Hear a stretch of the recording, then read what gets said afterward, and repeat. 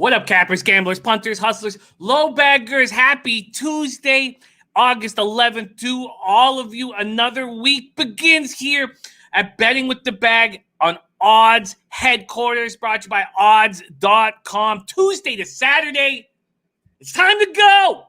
24 MLB, NBA, and NHL games to break down. MLB, 4 spots I like, 3 I already made moves on. We'll break those games down together. 14 of them we'll have to break down. And then NBA is very tricky, and it's being tricky in the bubble. Although, you know, we're down less than a unit in the bubble. But there's a bunch of looks that I like. So I've made moves on the NBA card. And then playoffs are here. NHL playoffs. I jumped on the Canes, and I jumped on the Jackets. These teams are ready to go. We're going to have Babano joining us in 49 short minutes to break down the NBA and the NHL card. You and I break down the MLB card together right now. Thank you so much for rolling with us. Shout out to all the cappers in the house. We got Boston Nick, a.k.a. the Lock Nick Monster, a.k.a. Mr. Fat Fist. And now there's Gio Mercedes. Great to see you, Gio. There's Shaft in the house. Buzznuts 721. Excited about his Blackhawks. There's Damon Santore, Tony, Mang, Reese, Jimmy, Cece in the house. Viper and B ready to eat. There's Spenny. Penny Bombs. Spencer Penny G ready to get to work. Ron Lofton. Danny Moore. What a great, great group. Spencer Penny G already locking in.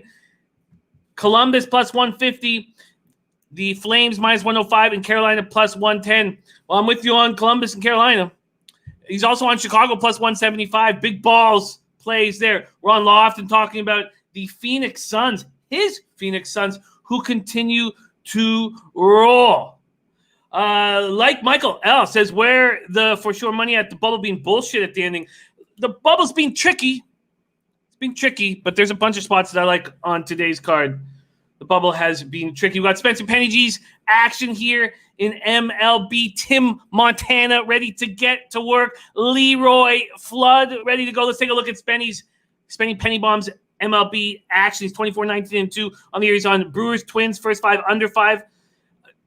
Cubs, Cleveland, first 5, under 5. Jays, Miami, first 5, over 4.5. Uh-oh.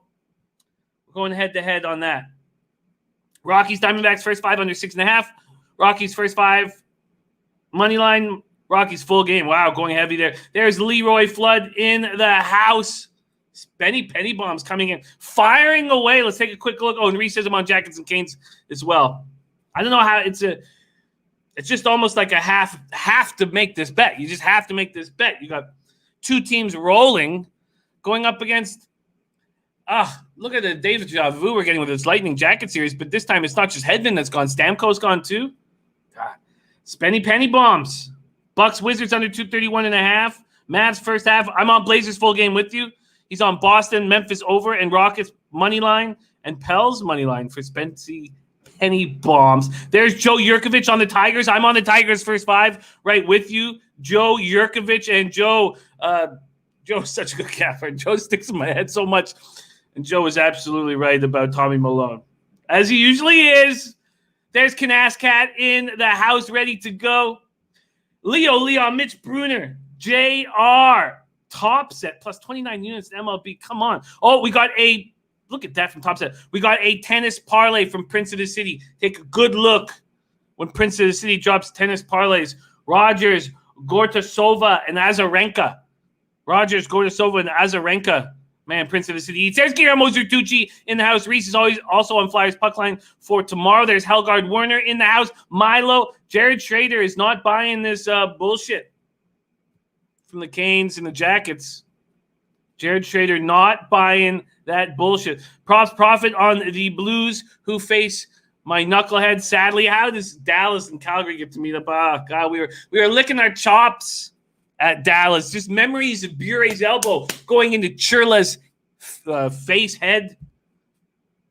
There's Lillian Pumpernickel in the house. Dennis Garcia.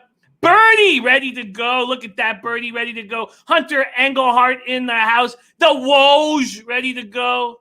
Michael Irvin says, whatever happened to Bill Butler? He comes by under a different name, but he rolls with us still. Ty Clinton ready to go. All right, let's get to work. There's Maxwell Smart, the great Maxwell Smart, NCAA basketball legend in the house. All right, let's get to work. Got to move quickly. We're starting with MLB. Now, we can slow down a bit once we get Babano on the show. But for us together, working right now, we got to move very, very quickly. Cashman, ready to get this. Birdie, no, we're going to eat, baby. We're going to eat, man.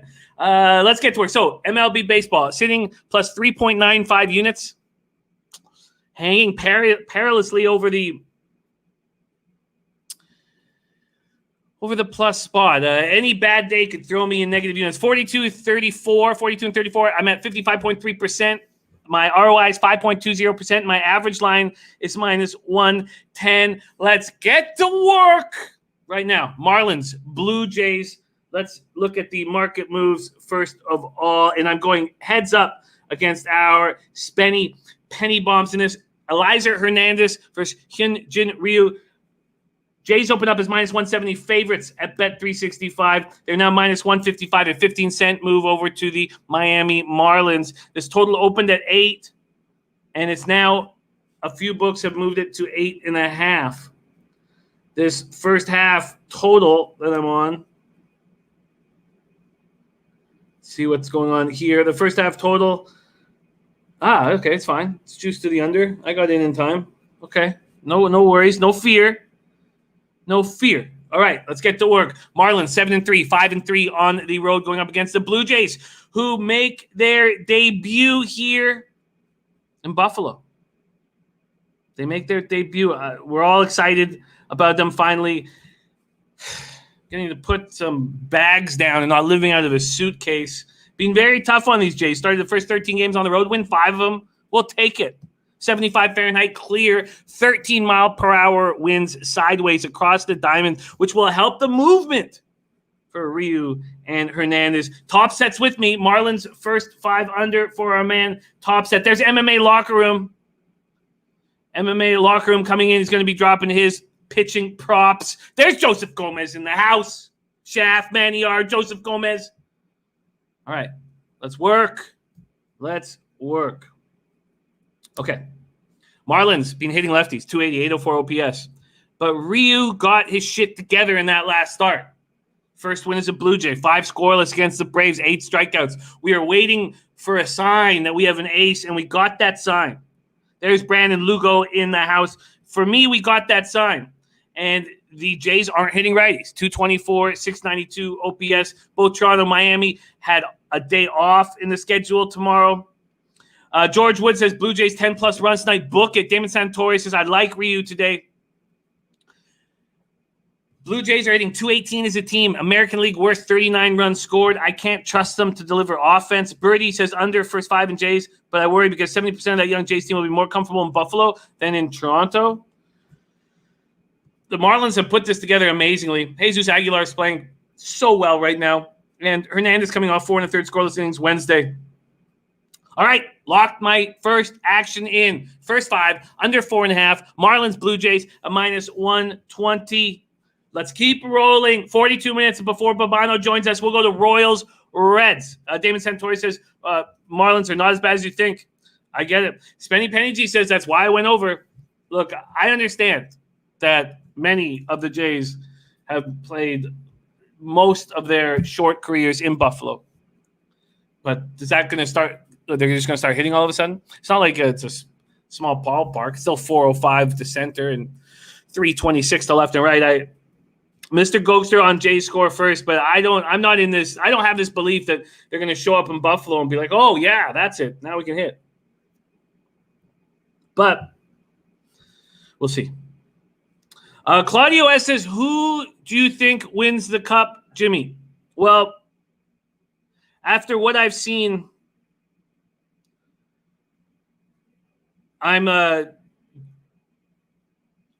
what I'm seeing from the Western Conference is a poor play. But I think the Colorado Avalanche beats the Carolina Hurricanes in 6. I think the Hurricanes come out of the East. Now, I have futures on the Hurricanes that will change my financial future.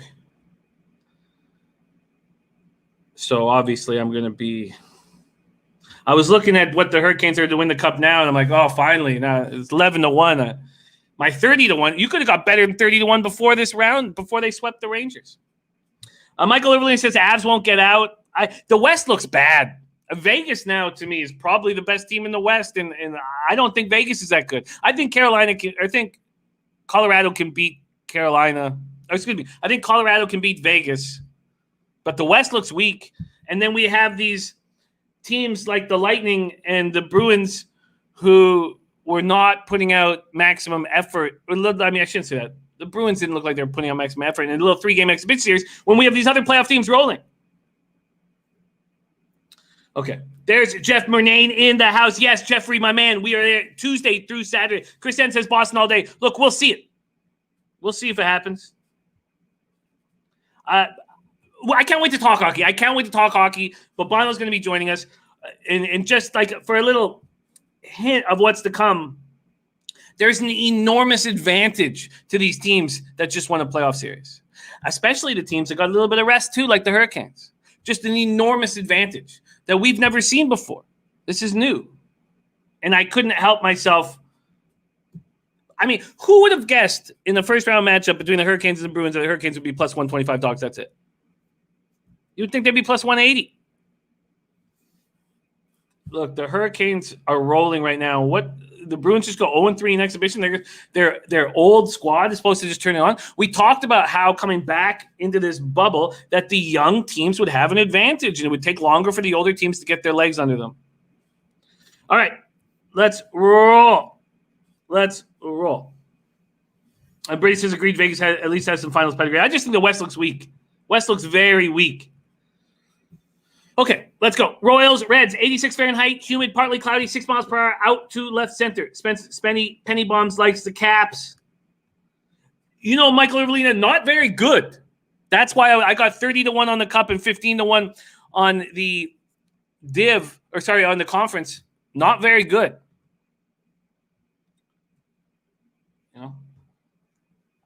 Dennis Garcia says, "Fly, Flyers, fly." The Flyers look dangerous. Okay. Royals, Reds. Says my light seems brighter. It does seem a little brighter, doesn't it? It does seem brighter. It does seem brighter. See if I can see what else going on. Oh, that's what. My fault. All right. There we go. Thank you. What the hell? I thought this stuff gets saved.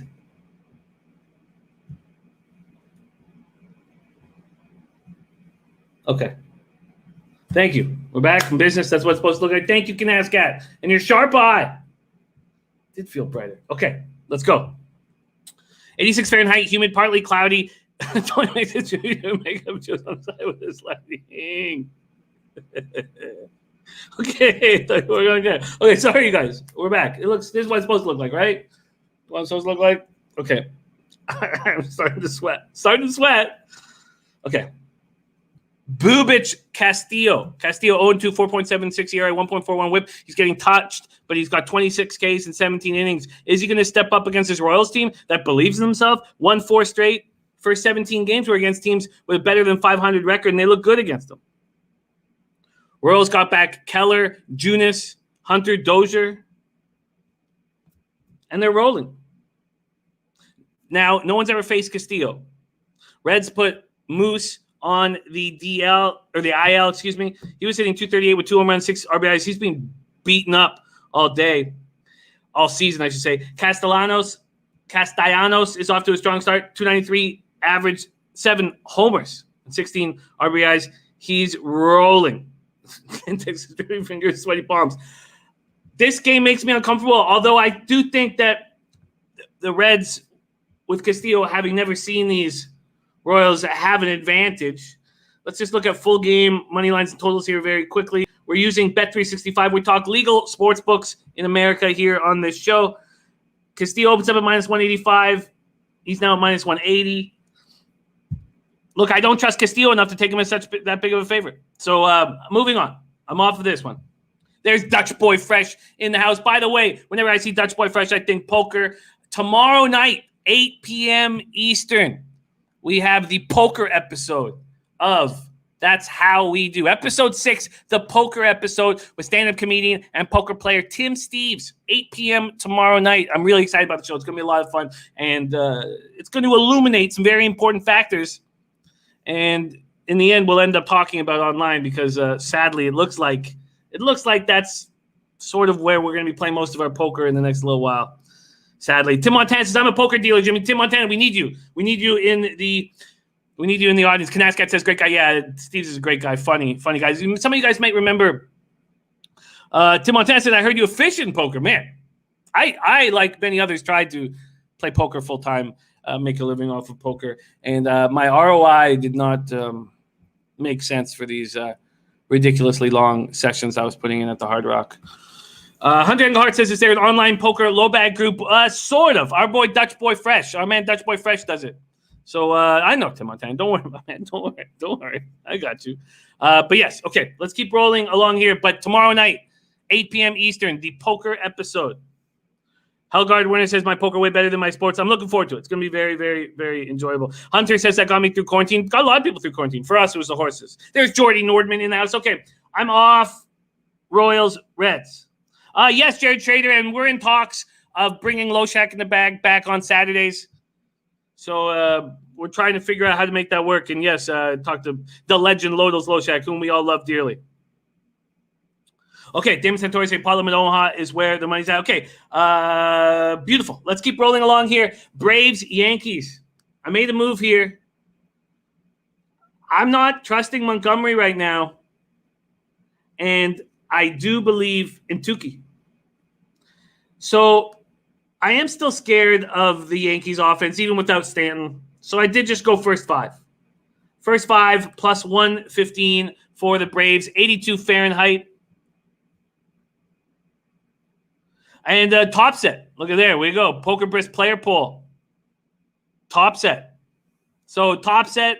If you guys want poker action here with low baggers, talk to Top Set and talk to Dutch Boy Fresh. Okay. I hear you, Max. I hear you. Damon Santoris is over 5.5. I don't dislike over 5.5, but I'm excited to see what Tukey does here. He's stepping up. Birdie's on the Tukey over strikeouts. That's a very interesting look. Let's take a quick look at what that Tukey over strikeouts look is very quickly here. That's a very interesting look, Birdie. Tukey's ready for this. Over 5.5 minus 120. Brian Warner says the Braves get to these bullpens. I like them late more than early on. I like them late against every other team. I still fear the Yankees offense.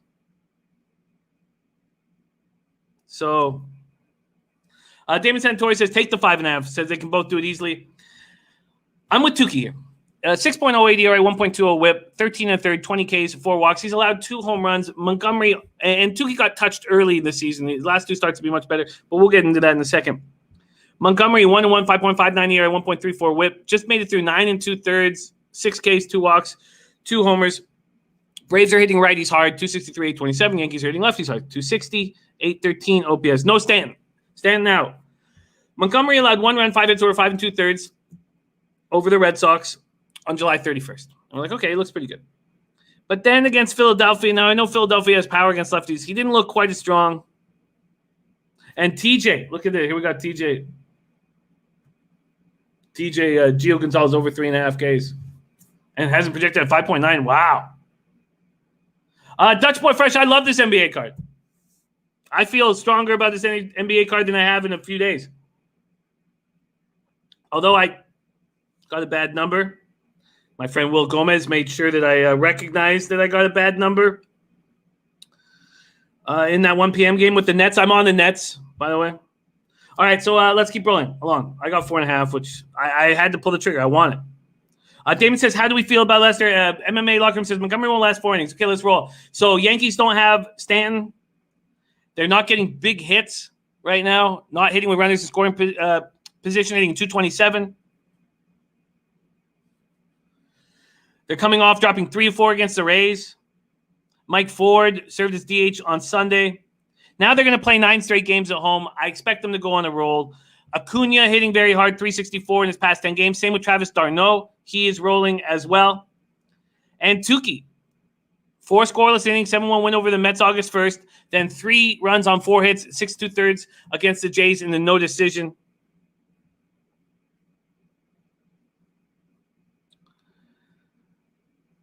I hear you, Spenny. What is it now?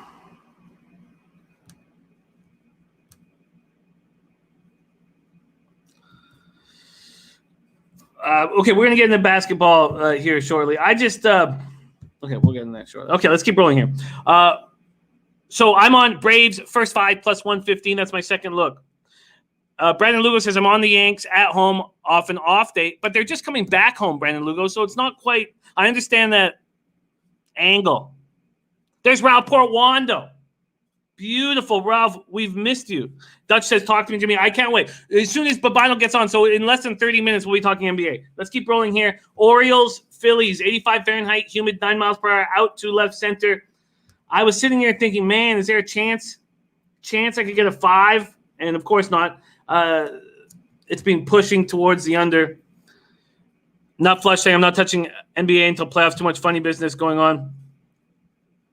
Okay. Orioles, Phillies. I'm not going to take the under 4.5 in this kind of weather, but I believe in Cobb. And Wheeler's pitching very well. Cobb's finally, he says, this is Cobb, quote unquote, I've got a whole lot to prove. I pitched 1 year out of this 4-year deal, really. The 1 year didn't go too well. He knows he's got a lot to do, and he doesn't have a long time to show it. In his last start, 2 hits, 1 run, 5 innings, 1-0 loss to the Marlins. And Spenny says, yeah, it's juice to the under. Yeah, a ton of people have come in on the under. And the initial move was actually to the over, but I get it. Orioles versus righties, 249, 746 OPS. Phillies aren't hitting versus righties, have a lot of power versus lefties. But Phillies hit 5 home runs, 13-8 win over the Braves on Monday. Wheeler's been very good. 3 earned runs, 13 innings. 1-0 with a 0.75 ERA, 2 career starts against the Orioles. The Phillies bullpen is terrible, 9.87 ERA. And Jimmy Gomez, Phillies under 9, full game, lean Phils. I can't trust the Phillies bullpen. And I probably should have taken that 4.5 early this morning. And I'm not going to take it now. All right. Let's move on. Cubs, Indians, 81 Fahrenheit, clear, 7 miles per hour, sideways in. Lester, 1-0, 0.82 ERA, 0.55 whip, 11 innings, 5 Ks, 2 walks, 1 home run allowed. And then this Indians staff that's been so spectacular is now sort of in flux. Plesac sent home for going out and violating the team protocols. So he's now going to have to get tested and go under quarantine. And the same thing's going on with Clevenger. And I don't know if you guys know exactly what Clevenger did. I don't know. But the same thing's happening with Clevenger, which brings us to Plutko, who is now starting. Let's see what's going on with the market move here in the Indians game. Sorry, that's first 5. Let's move over to full game. Cleveland Indians, Cubbies. Indians open up at minus 130. Money coming in on the Cubbies. It's now a pick on minus 110. Each side, 20-cent move over there. Indians pitchers have been so good this year. 2.04 ERA. Haven't given up more than 5 runs in any game this season. And the Cubs are averaging 5 runs per game. The Cubs have been off now for a little while. You know, in all honesty, after this market move towards the Cubs, now I could make a move on Plutko. Indians aren't hitting versus anybody, especially lefties. 218, 657 OPS. Cubs versus righties, 243, 773 OPS. Kipnis playing against his Cubbies. Oh, Clevenger snuck out with Plesac. Wow, I did not know that, Spenny. Wow, there's that inside information. And look at Viper MB on FanDuel. Great job, Viper. What a great find. First 5 under 4.5 and plus 102 on FanDuel. Huh. Very interesting. What would I get?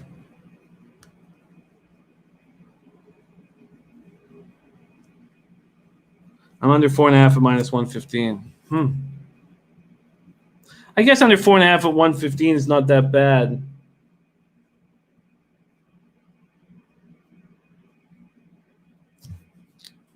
All right. I guess the Indians have become somewhat appealing. Lester's pitching well so far to start the year. He likes extra rest. They're getting nothing out of Chris Bryant. 184, 1 homer, 13 Ks. Lester's always been good against the Indians, including the World Series, 8-4, 3.06 ERA. Okay, I'm going to stay off.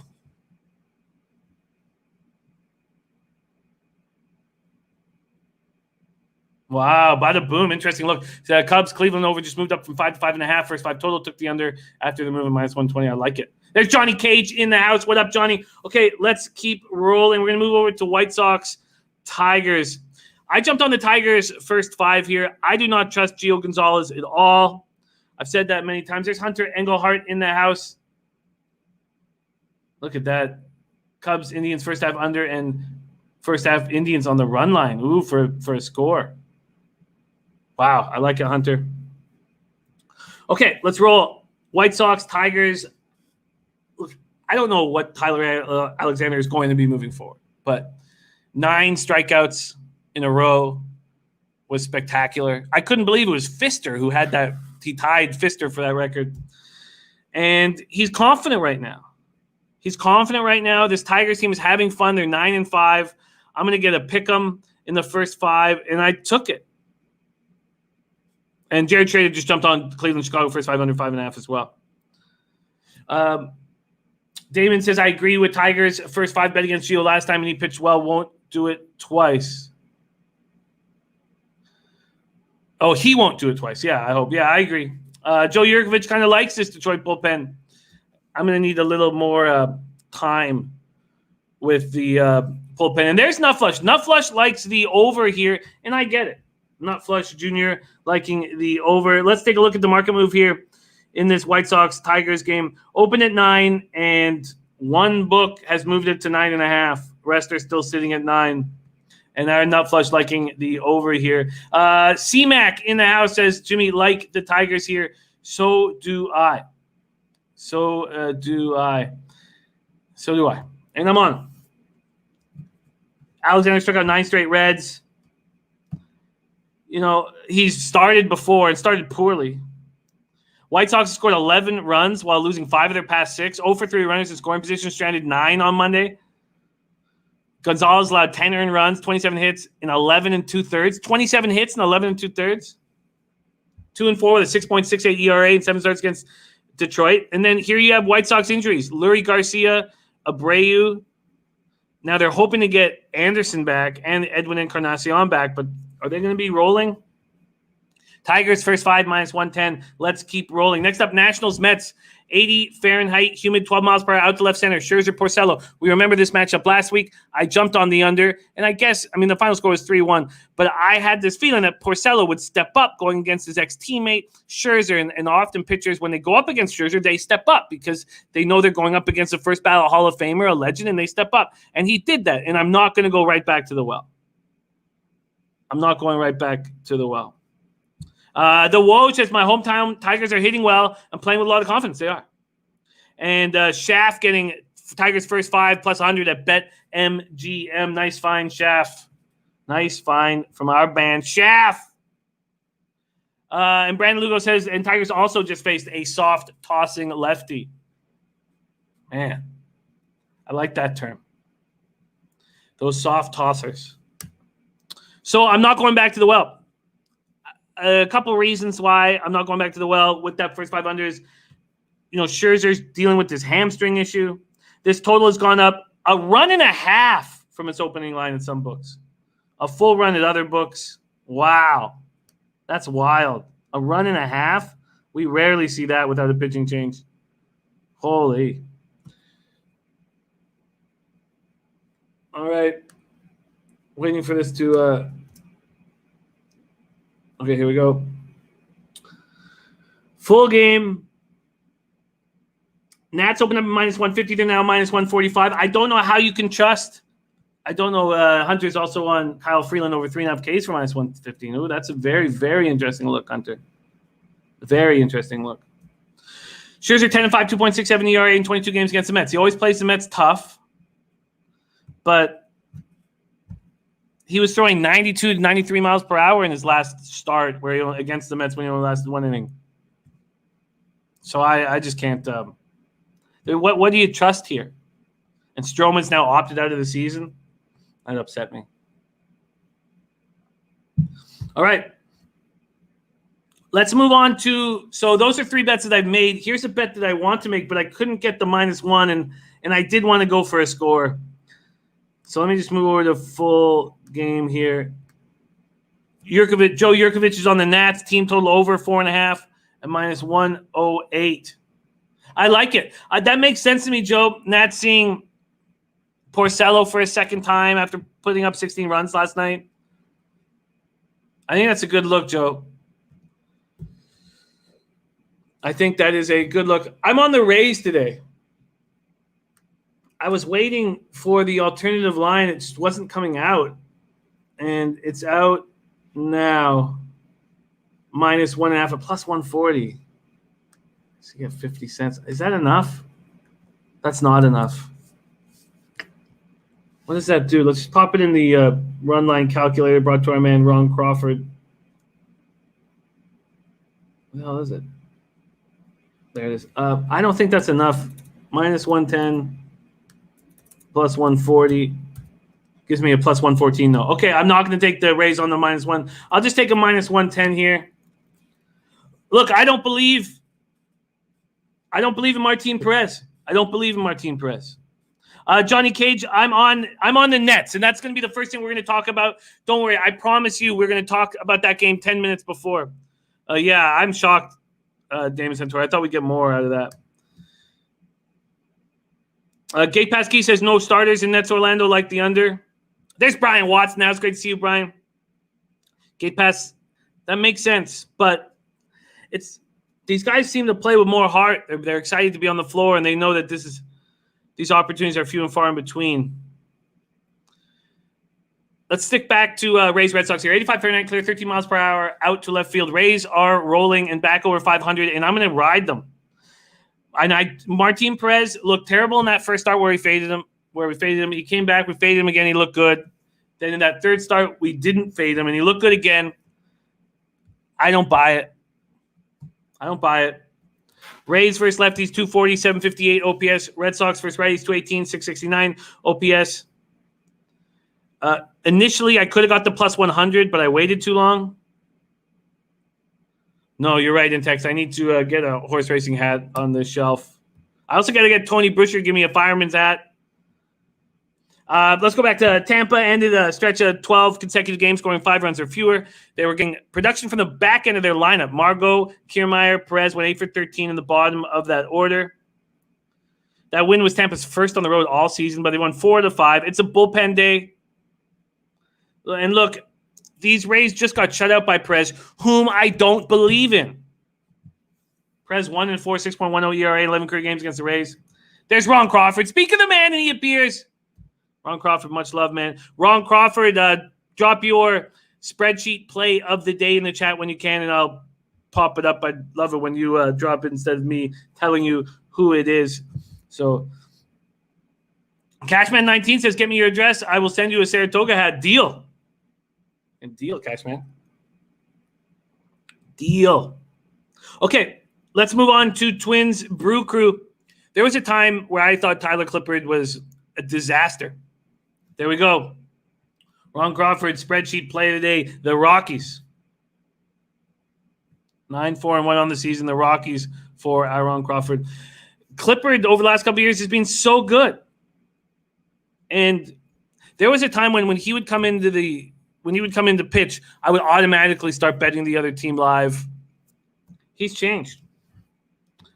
We also have Viper NB also on the Rockies. Viper NB also making a move on the Rockies.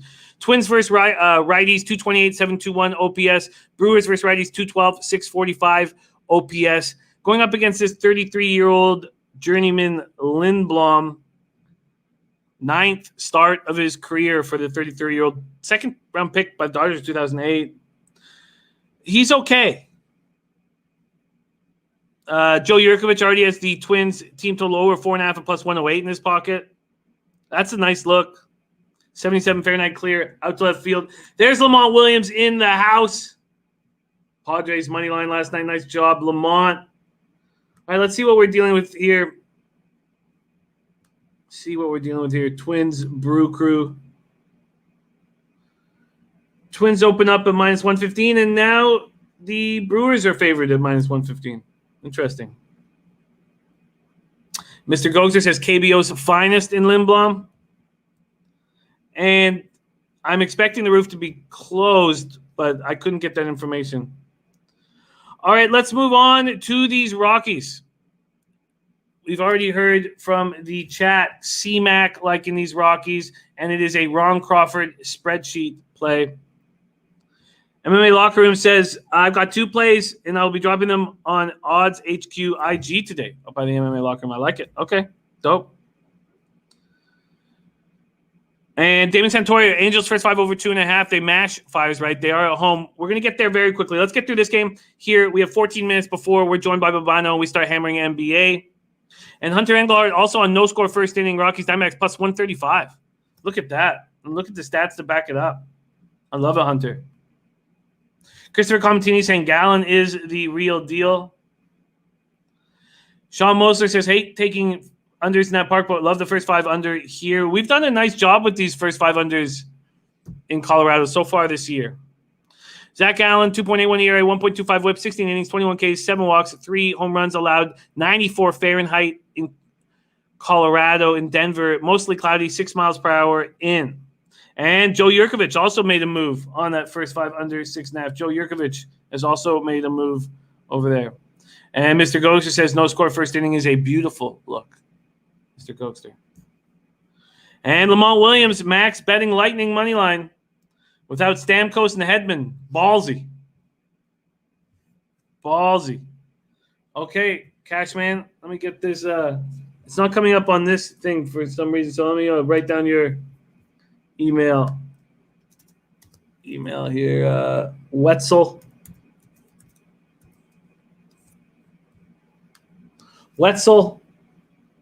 44 at yahoo.com. Thank you, my friend. And Derek C says, I'm actually thinking of going under. Let's take a look quickly. What's going on with this total here? Opened at 11, and it was juiced to the under, and now money's coming on the over. So over is slightly juiced. The Rockies opened up as minus 115 favorites, and now it is a pickup. So just a 5-cent move. Ron Loftus says, I'll be that guy on the D-backs today. Let's get back to this. We are moving at a nice pace. Diamondbacks, Rockies, Freeland, Gallon. So Gallon, 2-3, 2.89 ERA in 8 starts last year when he was traded over to the D-backs from the Marlins. And actually, that's including the Marlins, time at the Marlins. He's faced Colorado twice in his career and looked good. One of those starts came at Coors Field, 2 runs, 9 hits in 4 innings. Rockies have won all 3 of Freeland's starts this year. He's been using a changeup, and it's helped him a great deal. 12 career starts versus the NL West, 3-4 with a 5.57 ERA. Christopher Comentini says Diamondbacks Rocks looks like a toss-up. Mr. Gokster says I would look at the first 5 under. And this is a stay-off game for me.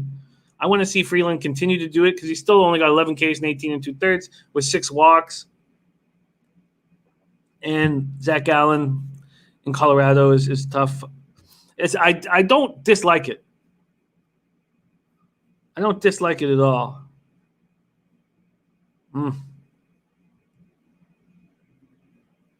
Wow. Look, Rockies, Diamondbacks first inning under.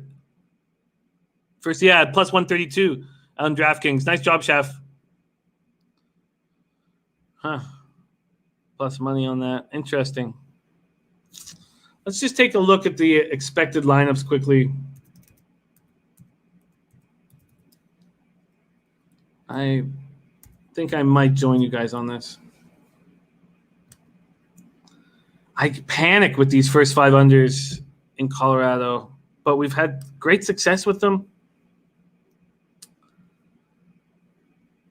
So for the D-backs, Ketel Marte, Starlin Marte, Walker, Escobar, Calhoun, Kelly, Peralta, Ahmed, Varsho, Dahl, Story, Blackman, Arenado. Blackman batting, like 480?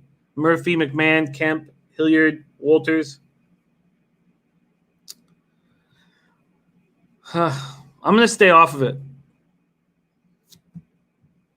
But I understand, and I don't dislike it by any means. All right. Okay, let's keep rolling. Mariners, Rangers. So the Rangers opened up their roof yesterday for the first time all year. Wonder if they're going to do that again today. It's Gonzalez versus Mike Minor. Mariners 7-11, 4-4 on the road, going up against Rangers 6-9, 5-4 at home.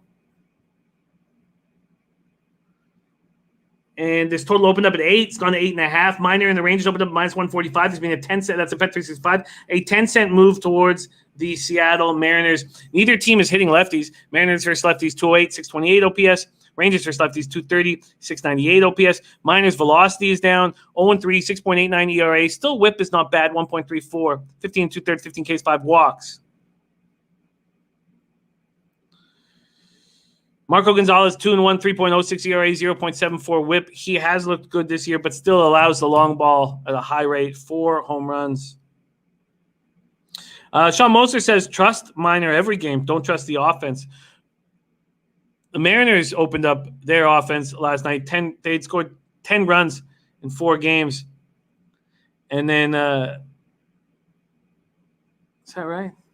Why do I not think that's right? Feels like it's not right. Let me just check MLB yesterday. Why do I feel like that's not right? Yeah, they beat up on the Rangers 10-2. And the Rangers had a 3-game winning streak. So that loss snapped a 3-game winning streak for the Rangers. Minor 4-4, 4.73 ERA, 9 career starts against the Mariners. That includes 3 relief appearances. He's 3-1 with 4.50 ERA with 1.25 whip in 4 starts. And I'm hesitant to make a ton of moves on this MLB card today. And Mariners, Rangers, Gonzalez versus Minor, I'm off. Let's go to Giants, Astros. Giants, Astros, San Francisco versus Houston. This total at 9. Astros open up at minus 210. And money flooding in on Tyler Anderson and the Giants. There's DJ Big Boss in the house. Great to see you, Big Boss. Brandon Belak has looked very good in 10 1/3 for the Astros, but 7K, 6 walks. We'll see if it continues. Giants versus righties, 241, 680 OPS. Astros versus lefties, 248, 792 OPS. C-Mac likes the over here again. And I'm not sure what to make of Tyler Anderson. We predicted right. That was the last time I was on that first 500 was when Tyler Anderson went back to Colorado, and I expected him to step up there. But this is a much tougher situation. 7.71 ERA for Tyler in 2 career starts against Houston. His lone start at Minute Maid Park, 9 runs, 7 hits, 3 home runs. I don't trust the Giants to get me offense. We're starting to get better numbers fading the Giants now, sure.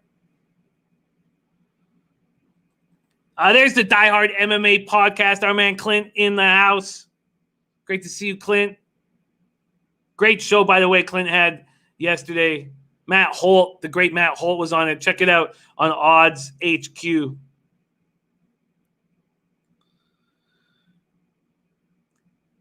Yeah.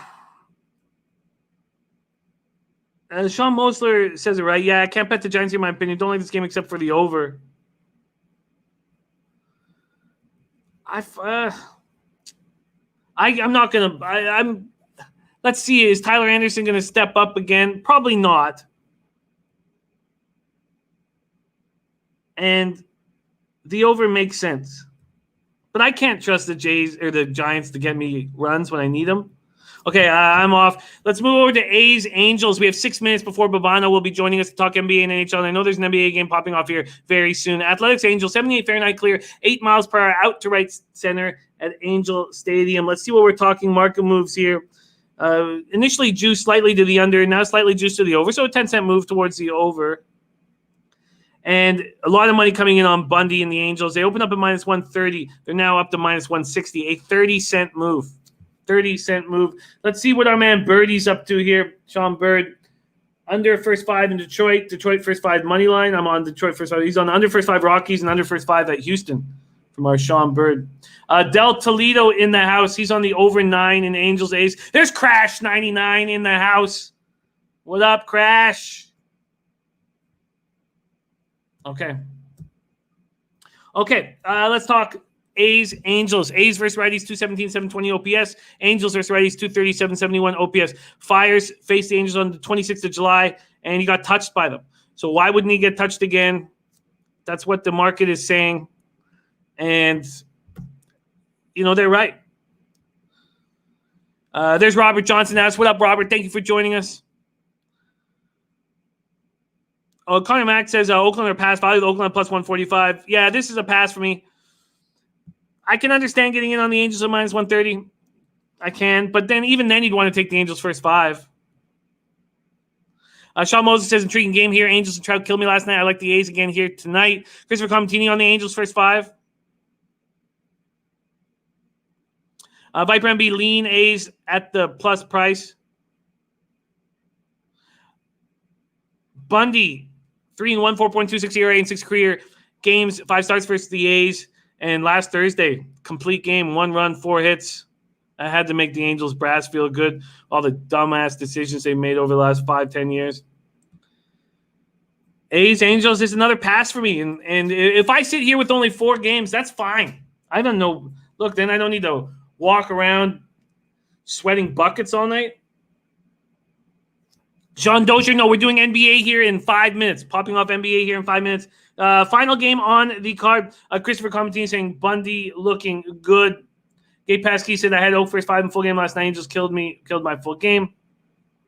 Comatini saying Bundy looking good after getting out of Baltimore. All right.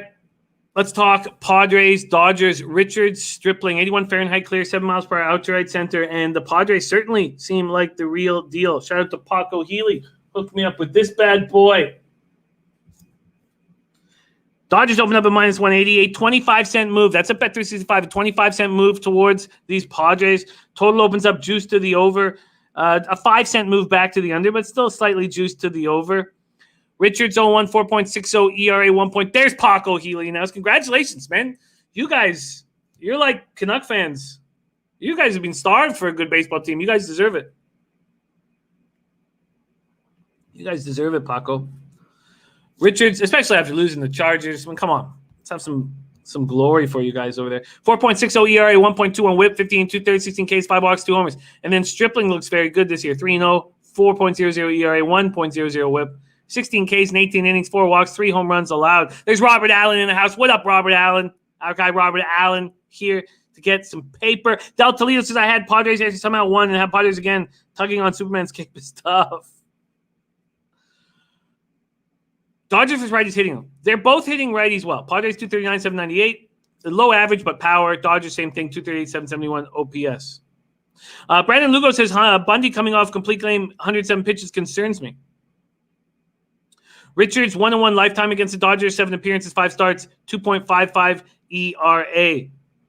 Stripling and Richards went head-to-head last week. Stripling gave up 4 runs, 6 hits, 5 2/3. They're seeing them again, and it's like I just have to stay off every time teams see a pitcher the second time because I often think they're going to get touched, and it seems like it's the opposite. If a pitcher shuts down an opponent, sees him again 5 days later, he usually gets touched a little more. And if a pitcher gets beaten up, he comes back 5 days later and has a better start.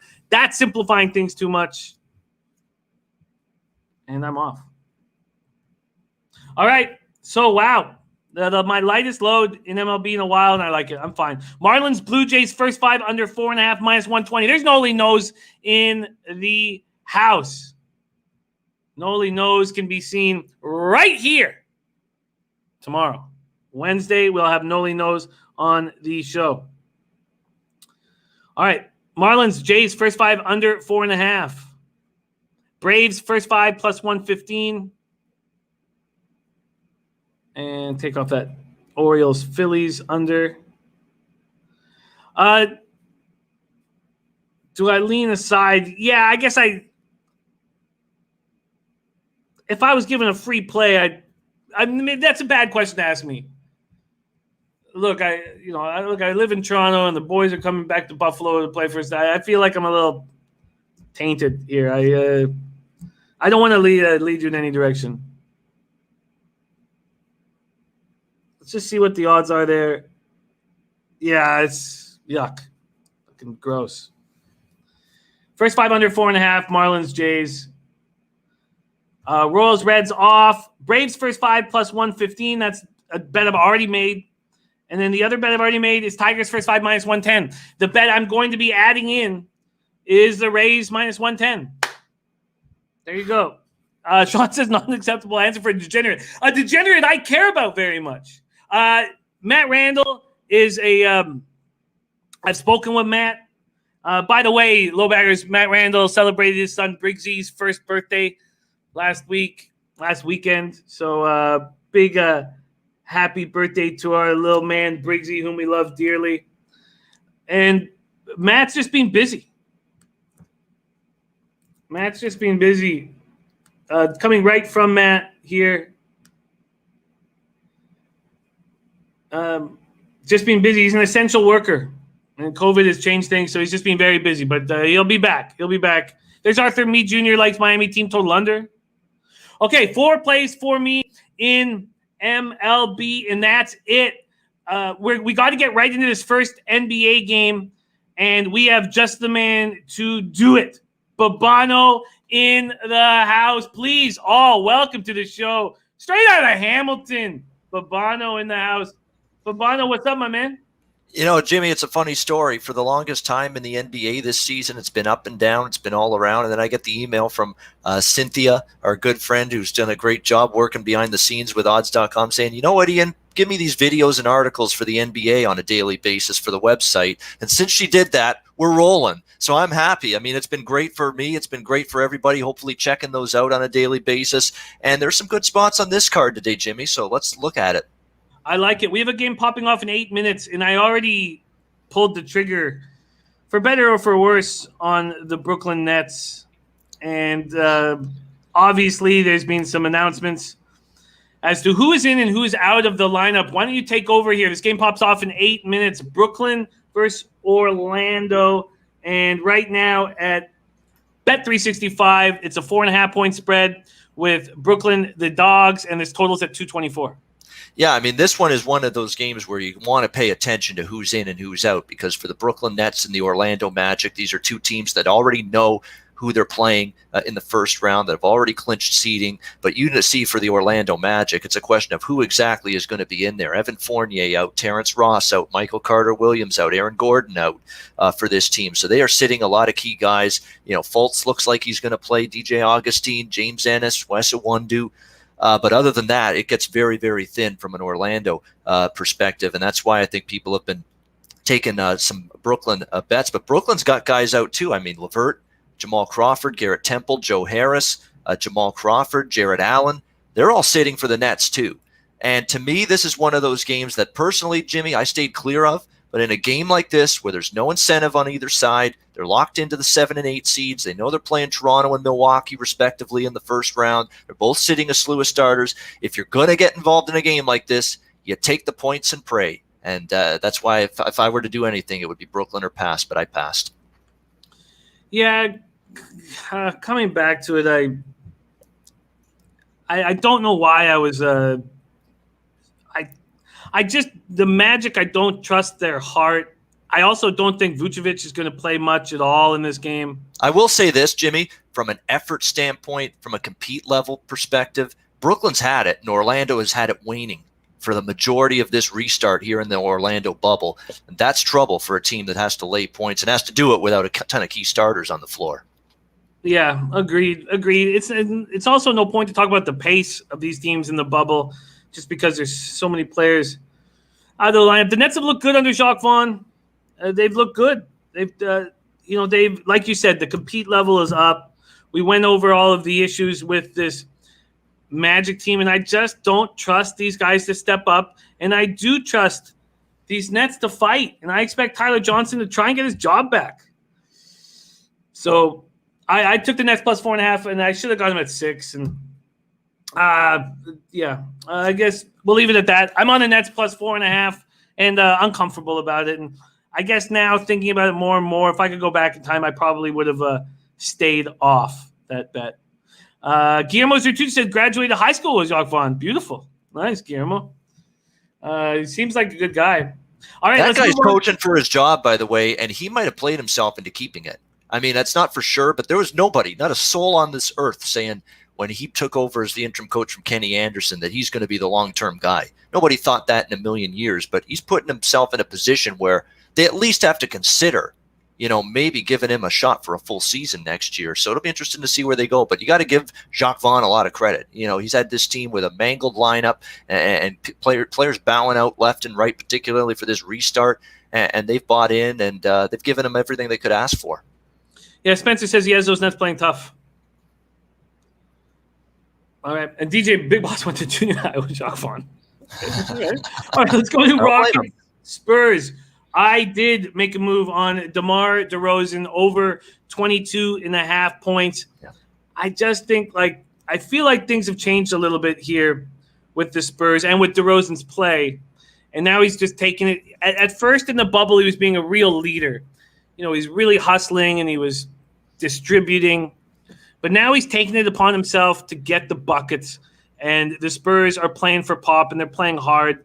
I can understand people backing the Spurs. Obviously, the chance to do that was earlier than now. They opened as 3-point dogs. They're now 5.5-point favorites. But I took DeMar DeRozan over 22.5 points. The Spurs' pace being much faster without Aldridge in the lineup. 104.4 possessions a game. Rockets' possession has been quick as always, 106.48 possessions a game.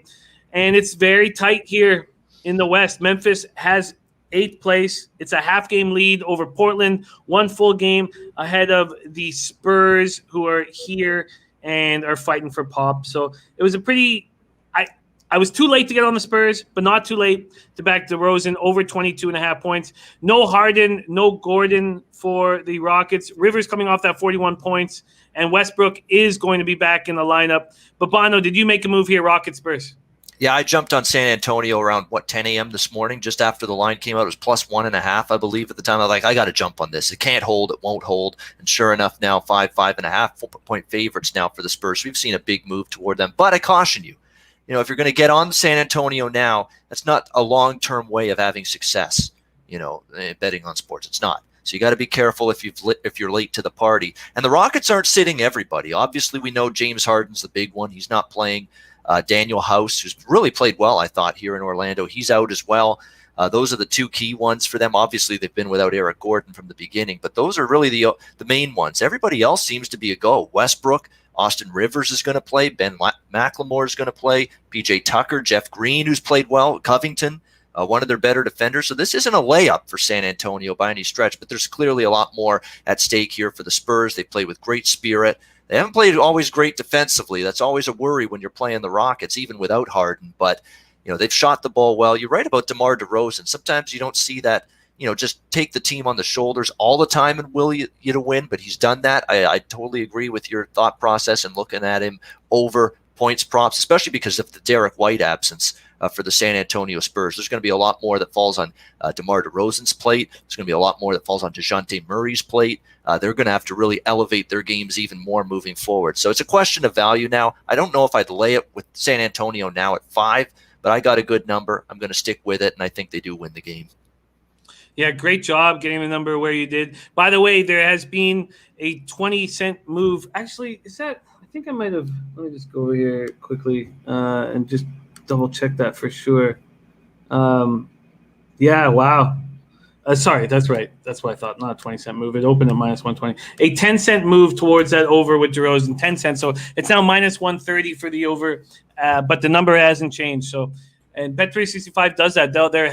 They hesitate to change the number if they think they're going to lose on the prop. So they'll just put the juice up to minus 140, minus 150, minus 160, minus 170. So I'll be interested, and I'll keep an eye on that. Great job, Babano, getting the Spurs at plus 1.5. Okay. Sabino Anguano says, you guys happen to have a pick for the MLS final, Portland Timbers versus Orlando City. I know that we have some great MLS cappers in the chat. So if anybody in the chat here can let Sabino know what they're doing, but not for me here. There's Leonard Porsche in the house. Says, at what number would you fade the movement and take the Rockets? That's an interesting question. What do you think about that, Babano? Yeah, it's getting. I think if it hits 6.5, 7, I'm gonna have to buy back something on Houston because that's just a little carried away at this point for a team that, again, other than Harden and Daniel House, most of their starters are in there. But obviously, there's a much more sense of urgency, a greater sense of incentive, and to win this game from a San Antonio perspective. But I think if it gets to answer the question, 6.5, 7. Like now, I'm going to stand pat. But if it gets to 6.5, 7. Yeah, I'll buy some Houston back because I think then you're talking about a big middle opportunity and too big of a one to pass up. I agree. Well put. Dorfman says you should already hammer it, but I agree. I'm going to wait a little bit more because it trickled up to 5.5 like 5 minutes ago. Maybe it gets to 6, maybe even 7. And if it gets to that 6.5 and 7, it's not the key number in basketball that it is in football. But why is it somewhat key? Because that's usually the margin when teams stop fouling late in the game. 6, 7 points down. That's usually when they call off the dogs and say, you know what, we're not going to foul in the final 6, 7 seconds of a game. So that's why I'm holding out hope that if I'm going to go for this middle, see if I can wait it out, just maybe get the Rockets 6.5 or 7. Man, we got some cappers jumping in the chat that we haven't seen in a while. Lucky Lefty in the house. Lucky Lefty, missed you, man. Lucky Lefty rolling with us. Hope you and your fam are all good. And then Hank Q, Lucky Lefty. Sweet, man. Love it. James JD says the under 239 sounds good. What do you think about the total here? And just to quickly answer a question from Intex, the total opened in Portland, Dallas at 237.5, and I went under it at 240, and it's still there. What do you think of this total here, Babano, at 238.5? The pace is going to be there, and it's going to be a blistering pace from both of these teams. And you mentioned it, San Antonio's playing a lot quicker since Aldridge has gone down. But now the question is, are the shots going to be falling? And that's the question. That I could only go over, but it's very high. It's 239.5. The worry I have, Jimmy, is San Antonio's defense is still shaky, to say the least. And that could be a trouble a little bit here still against the Rockets, even without James Harden. So it's a mild lean to the over, but man, it's tough to get there at 239.5. You need a clean ride. Pace will be there, but you're going to need a high level of execution and efficiency on both sides to get to the 240s, even with the pace. Let's go Phoenix Suns, Sixers. Suns open as 8-point favorites. They're now 9.5. One book has moved them to 10. The total at 224.5. It's either at 226 or 227 or 226.5, excuse me. Pace for the Suns in the restart. And remember, the pace across the board in the NBA is down without fans.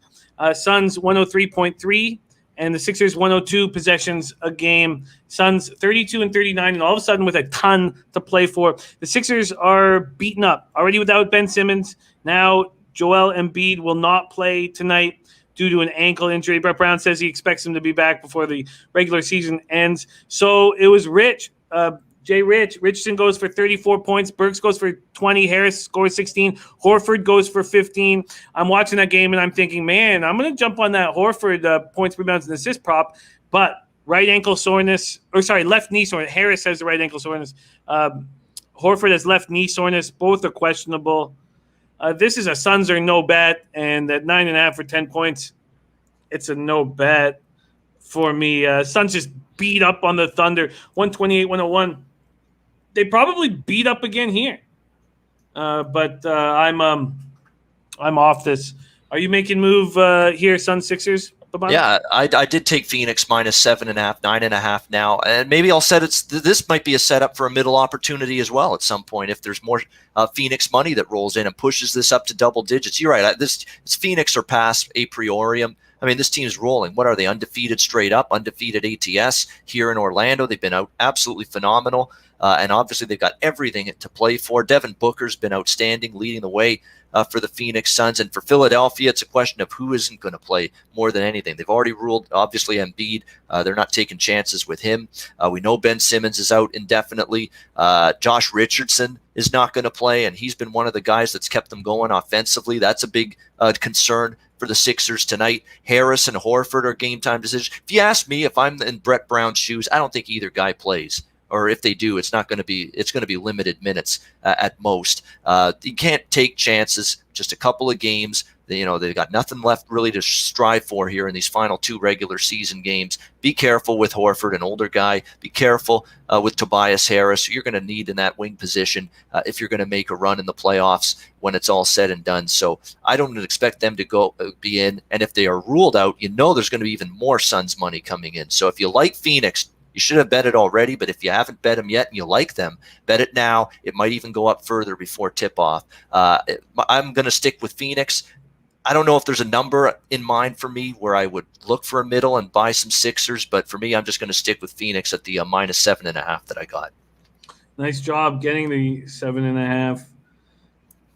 They're not giving Let's us just say it was a good morning for me to be up a little bit earlier than normal, so it actually paid off with a couple of these NBA games. Oh, for sure. From a line value perspective, yep. Oh, absolutely. Absolutely.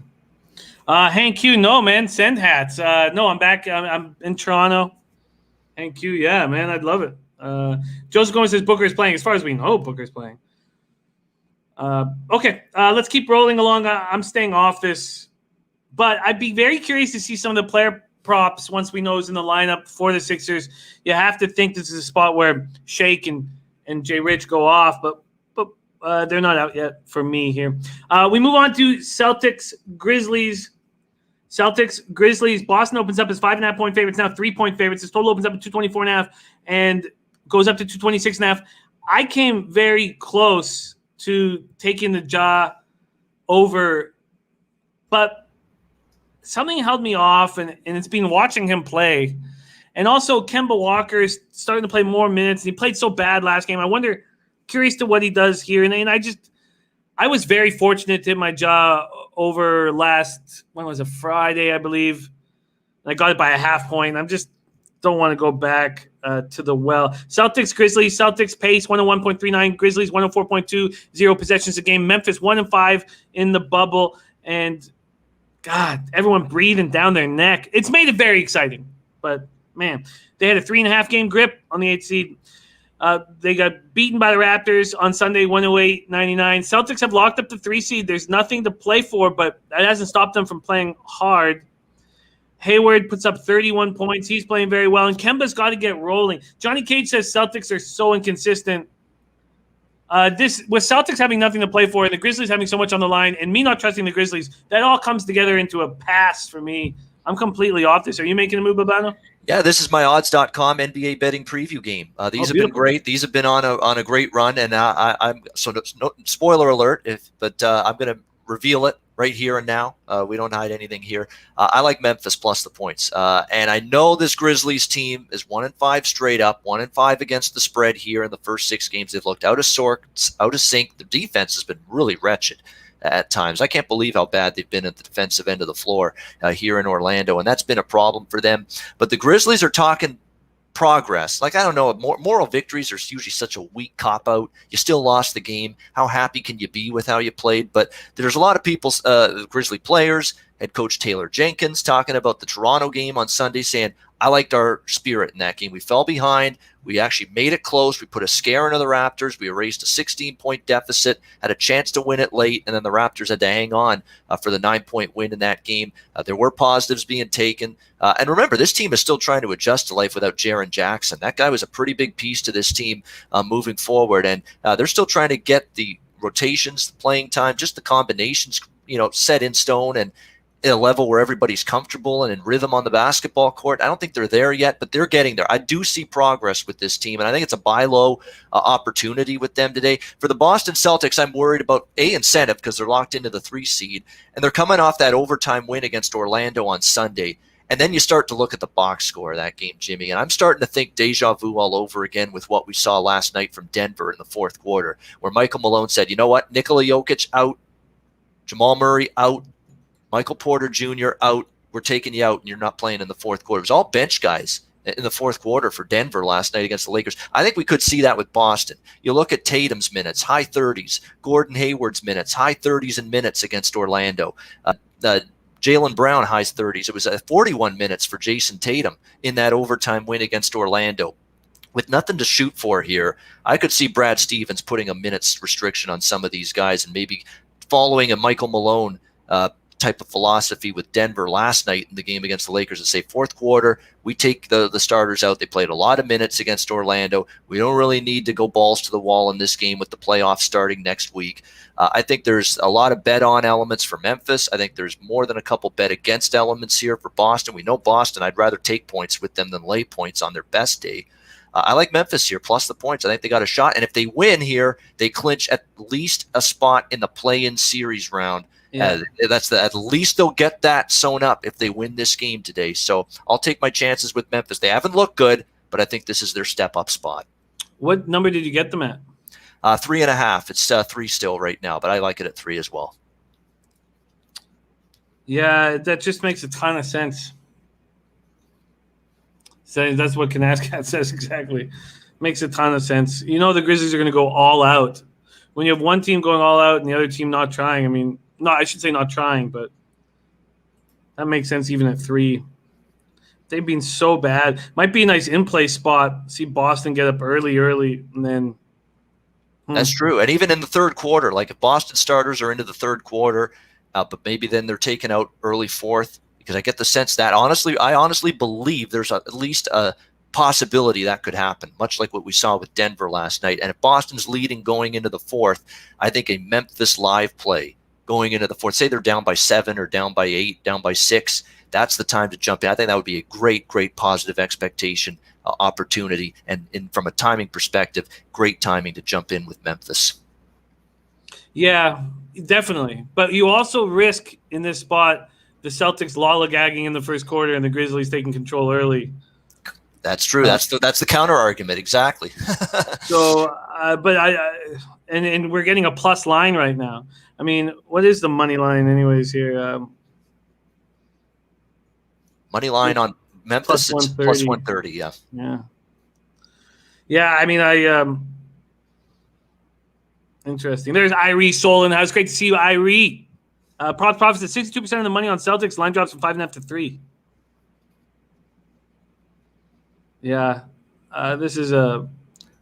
Okay, it sure looks like a sharp position in terms of the money movement. You're right. The percentages are all lining up on Boston, but the line, of course, has moved in Memphis's direction. So that tells you. I'm going to take Memphis on the money line. I don't think it comes down to those 3 points. And I want to score here, a little plus action. Great breakdown. Great breakdown. All right, let's move on to a double up here for me. I'm on the Blazers minus 3.5 and the under 240 here. Hard not to be in this return in here in Orlando to be on the Blazers. 5-1 ATS so far. Yep. Yeah, and then we have the Doncic and Porzingis issue. We have a team. So let's see. I mean, is with the expectation with Doncic sitting with an ankle injury and Porzingis sitting with a left knee injury. I don't know if you guys know exactly if they're going to be in the lineup, but when the group of players step up the way these Mavericks did, they do it that first game and they don't do it the second game. Can you get Tim Hardaway shooting out of his mind like you did yesterday? That's the big question, right? Yeah, he goes Hardaway and Curry combined go for 7 for 12. Boban goes for 20 points. And it's not a black and white thing, so I shouldn't say it like it's a black and white thing. They step up the game one, but I just feel like that we often see the group of guys without their stars step up for that first game and then come back to earth in this second game. I'm on Blazers minus 3.5. I'm also on the under 240. I watched it creep up to 240 and was like, the Blazers need this win so badly. It's not going to be a free-for-all out there. They're going to play defense. They just saw what Hardaway and Seth Curry did. They're going to have to defend the perimeter. So, to me, this was we got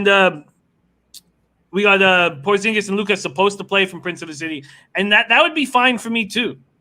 All around the board, I'm on Blazers minus 3.5 and the under 240. To me, the Mavericks are in a no-win situation to me from a gambling perspective because they step up without their stars. The stars come back and it drops like we saw with the Brooklyn Nets when they upset the Bucks. Although albeit the Bucks didn't play, Giannis in the second half and things of that nature. But I just see this going under, and I see Blazers minus 3.5. Connor says Blazers are now minus 2.5 because I guess of that announcement. Let me go over there right now. How are you attacking this game, Babano? Yeah, I mean, that's the big question. I think a lot of the assumptions out there that Dallas was going to rest everybody again, that's not looking like the case. I mean, we could see Doncic, we could see Kristaps Porzingis suiting up here for the Mavericks. At least it looks like they haven't been ruled out yet. At the very least, it's Seth Curry that's currently a game-time decision right now for the Mavericks, and I think that's why there's some buyback now on Dallas, but I'm with you. Portland's a one-way team for me. I'm not betting against them. I haven't bet against them once here in the bubble. Been on them pretty much in every game. 4-2 straight up, 5-1 ATS. They've found ways to win.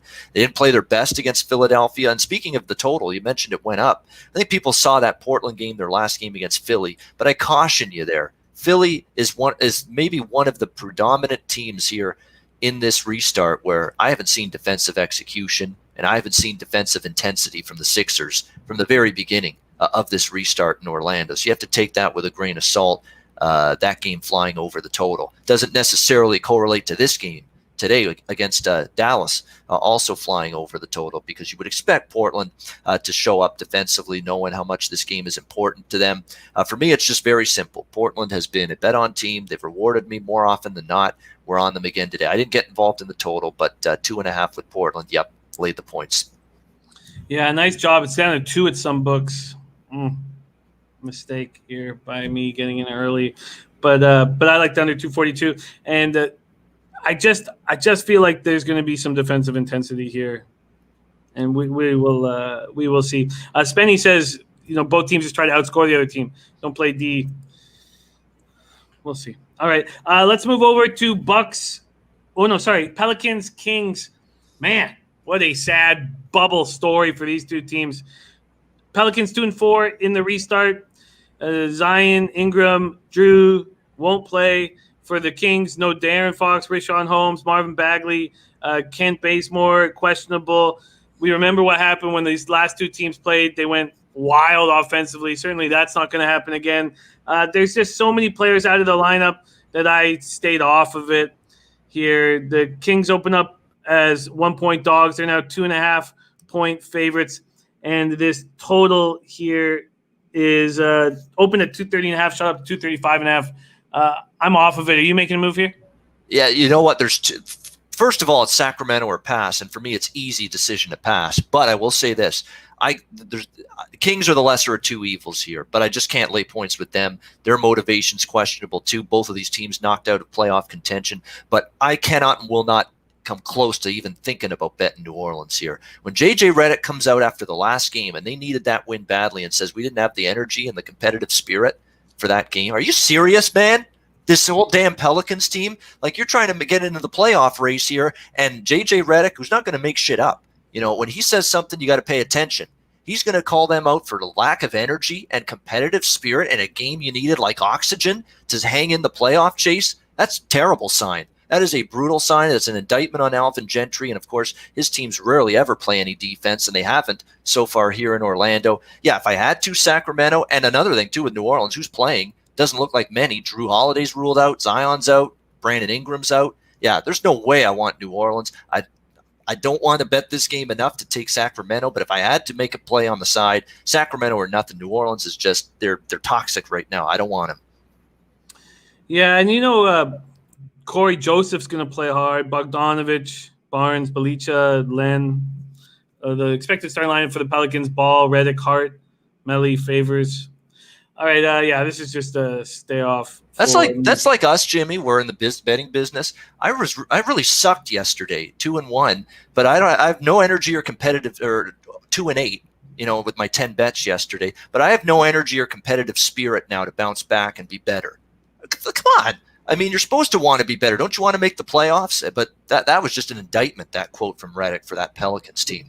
Without a doubt. I don't think Gentry lives long there. Bucks Wizards. Again, this is story of my morning. Bad line. Now it's at 8. I got the Wizards at 7.5. The Wizards are fighting out there, and they have a chance to get close or get a win here. I mean, I wouldn't be shocked if they do.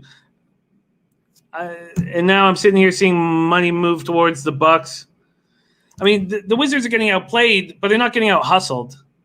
And there's not going to be Giannis after that tooth pull. I took the Wizards plus 7.5, and I did it confidently.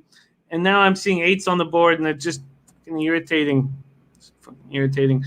Did you make a move? The total opened at 229.5, and it's up as high as 232 at some books. Did you make a move on the Bucks Wizards, Babano? If the Bucks off a loss trend hadn't been so strong, I probably would have considered the Wizards, but I can't lay 8 with Milwaukee. I'm absolutely with you. If I'm going to bet this game from a side perspective, it's Wizards or pass. I decided I'm going to stay off it. But you're right. Milwaukee looks they look like they just want the playoffs to start. I mean, you thought maybe even without the Greek Freak, Giannis Antetokounmpo, I thought they'd have some kind of incentive or some kind of excitement, enthusiasm for the Raptor game last night, a team that knocked you out and won 4 straight to take that series in 6 last year. But no, didn't look like they. And if they didn't care about that game, Jimmy, how the hell are they going to get themselves fired up for the Washington Wizards today on the second day of back-to-back games? So I'm with you. If it would be Wizards or nothing, I opted for nothing. But now you got to start thinking back. If we look ahead now to the playoffs, Jimmy, is yesterday just we're not excited, we don't care, we're not interested, and we're going to compare this to what the Boston Bruins are going through in the hockey once we get to that? Or is this a sign that a harbinger of things to come, that this team maybe is a little bit vulnerable, that you take Giannis Antetokounmpo off the floor, it's an average, ordinary, beatable basketball team? That's going to be the big question mark moving forward. Agreed. I'm just angry that we look at Babano is beating all these market moves, and I'm losing to all these market moves. It's just fucking irritating. Great job, though, Babano. I'm not mad at you. You beat the market your share of times. Some days you're not, and some days I don't. Like this is just one of those days. Like San Antonio was the one I'm like, this is no doubt going to San Antonio's direction. I've got to bet it now. I got to hit it now. But there's a lot of times I screw up with where the market's going to go, where the money's going to come in. This is just one of those days it's worked out. But I have days where I just misread it as well. So don't feel too bad. Thank you. Well, what's going to make me feel better is going into NHL. And Tony Bruscher, my man, we're going to NHL right now. We're just going to review our action. And Tony, I need one of the fireman hats on the wall. Tony Bruscher, fireman. Nets plus 4.5 for me. DeRozan over 22.5 points in my favorite spot on the card. And then Grizzlies money line is an addition after the Babano breakdown. I'm going to put that article into the chat here before we put a bow on this. Blazers minus 3.5 and the under 240 is a double up there. And then I'm on the Wizards plus 7.5. That is my action. Babano, can you please review your NBA action? Yeah, in terms of games, I would still bet at the current numbers because that's what it's about. I'm not, it's no use to tell you bet San Antonio now when it's minus 5.5. In terms of bets that I think still have value right now, as we're doing this show, I would look at Memphis plus 3 against Boston. And I would still consider Phoenix. I still think Phoenix can win that by double digits. So laying 9.5, I wouldn't argue with taking that right now either. Oh, I like it. We have Hall of Famer Larry Turd in the chat. Says Bucks coach was pissed about the Toronto loss. I think the Bucks cooked today. That's from Hall of Famer Larry Turd. All right, let's get into NHL right now. And I pulled the trigger. And Babano, my friend, this is unprecedented times, obviously. And in the NHL, it's been wild. And I said this before the qualifying round of the playoffs started. I was like, the teams that get through without injuries and get through comfortably are going to be rolling. And these teams coming out of this exhibition series for the top 4 seeds are not going to be. And I was just adamant about it. I was like, man. And then the Hurricanes, whom I've got my hope for with my futures from the beginning of the year, sweep the Rangers, like exactly what I want. I'm like, who wants to play this Hurricane squad? Nobody's the answer. And then they face this Bruins squad who has yet to win a game in their 3 exhibition matches. Very strange. And then the Blue Jackets Lightning is a deja vu from last year where the Lightning have no Hedman and no Stamkos, and the Blue Jackets believe in themselves and they're playing really good hockey. I backed both of those in the series and first game and the series. I backed them both. We'll go over that in a second, but let's start with Blue Jackets Lightning round 1. No Hedman, no Stamkos, and Torts, whom I hate, whom I despise, did everything right. Pressed every right button. He actually probably said everything right all day. Like, it was unbelievable. It was unbelievable how well he coached. I was just beside myself. You got to give respect when it's due. And then Korpisalo coming back in after Merzlikins is unavailable to play. Korpisalo with the shutout in Game 5. They were completely in control. So let's start here. Jackets, Lightning. I pulled the trigger on the Jackets. I got plus 150 in Game 1. I got plus 190 in the series. And right now, if you want these Columbus Blue Jackets, let me just move over to money lines, see if it is still available here. Yeah, plus 145, so it's moved down a little bit. And from a total perspective here, it's at 5.5. But one book has already dropped it down to 5. And if you want to go under this 5.5, it's minus 140. Without Hedman, my only look would be over here.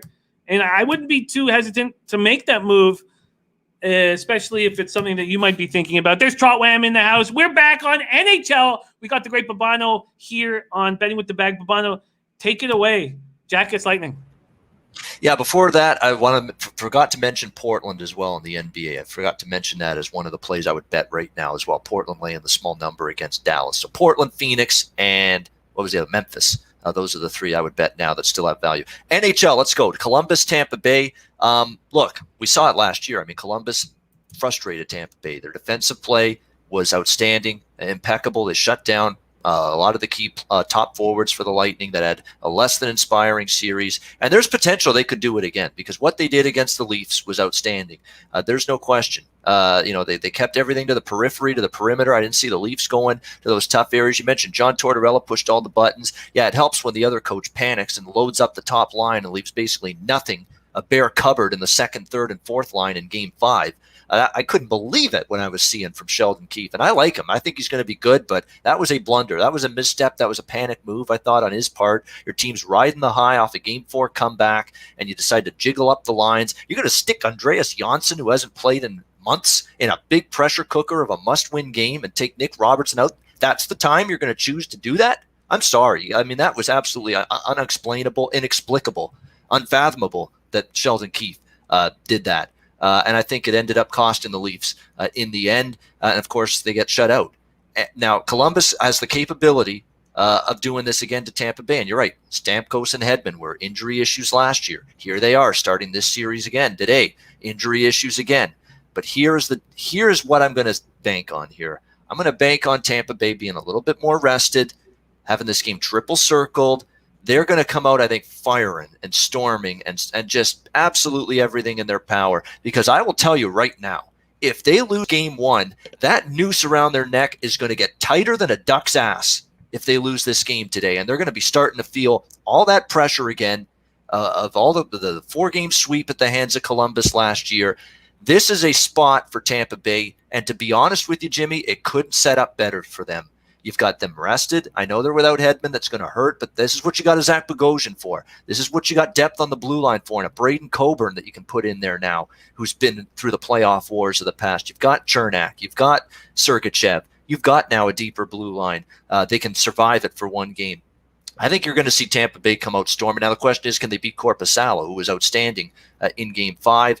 I just think Columbus, this is too much of a short turnaround for them. That I'm concerned about it. You played a crazy, and let's not forget, Jimmy, that was an emotional roller coaster of a series against Toronto. They come back to beat Toronto in Game 3, erase a 3-goal deficit. They blow their own 3-goal lead in Game 4 and lose in overtime, and then they bounce back to win Game 5. Now after a Sunday night Game 5, tough series against the Leafs, you got to turn around, play the first game out of the chute today, Tuesday afternoon. I think it's a miserable scheduling spot, situational spot for Columbus. Tampa Bay chomping at the bit after getting embarrassed by Columbus last year. I like them on the puck line today, minus 1.5 here at plus 160. I will say this, full disclaimer though, this doesn't mean they win the series if they win Game 1 today. But I do think Game 1 we will see the best the Tampa Bay Lightning has to offer, and I'm convinced we won't see that same sharp, intense defensive effort from the Jackets. I just think that it's going to take them a game to get into this series after what we saw in the series against Toronto. But God forbid, if Tampa Bay loses this game today, when the setup couldn't be any better for them, they could be in some serious trouble, and the pressure's just going to ratchet up even more. But I think it's a great setup for Tampa. I'd expect them to come out storming. I like them on the puck line. And you mentioned the total. I would also lean over the total in this game. I sense a 4-2, 5-2 type of win today for the Tampa Bay Lightning. I don't know how the Lightning are going to get that breakout pass that is so necessary for success unless they have the Sergachev-Shattenkirk line out, which is their weakest defensive pairing. So the only way you're going to be able to create any offense with the breakout pass, and we know how important that is. We know why Chris Pronger made every team he played for so much better. Without Hedman and your first defensive pairing that's going to be going up against the Dubois line is going to be Ryan McDonough, Corsi rated 35th best left defenseman in the NHL, and Zach Bogosian, Corsi rated 76th best defenseman in the NHL. That's not going to cut it. That's not going to cut it. And do you think that the Leafs played the Jackets tough? Because they didn't. So, we're talking about guys with 3.5 months off, and they're excited to be out there. And situationally, everything you're saying is right about the spot for the Lightning.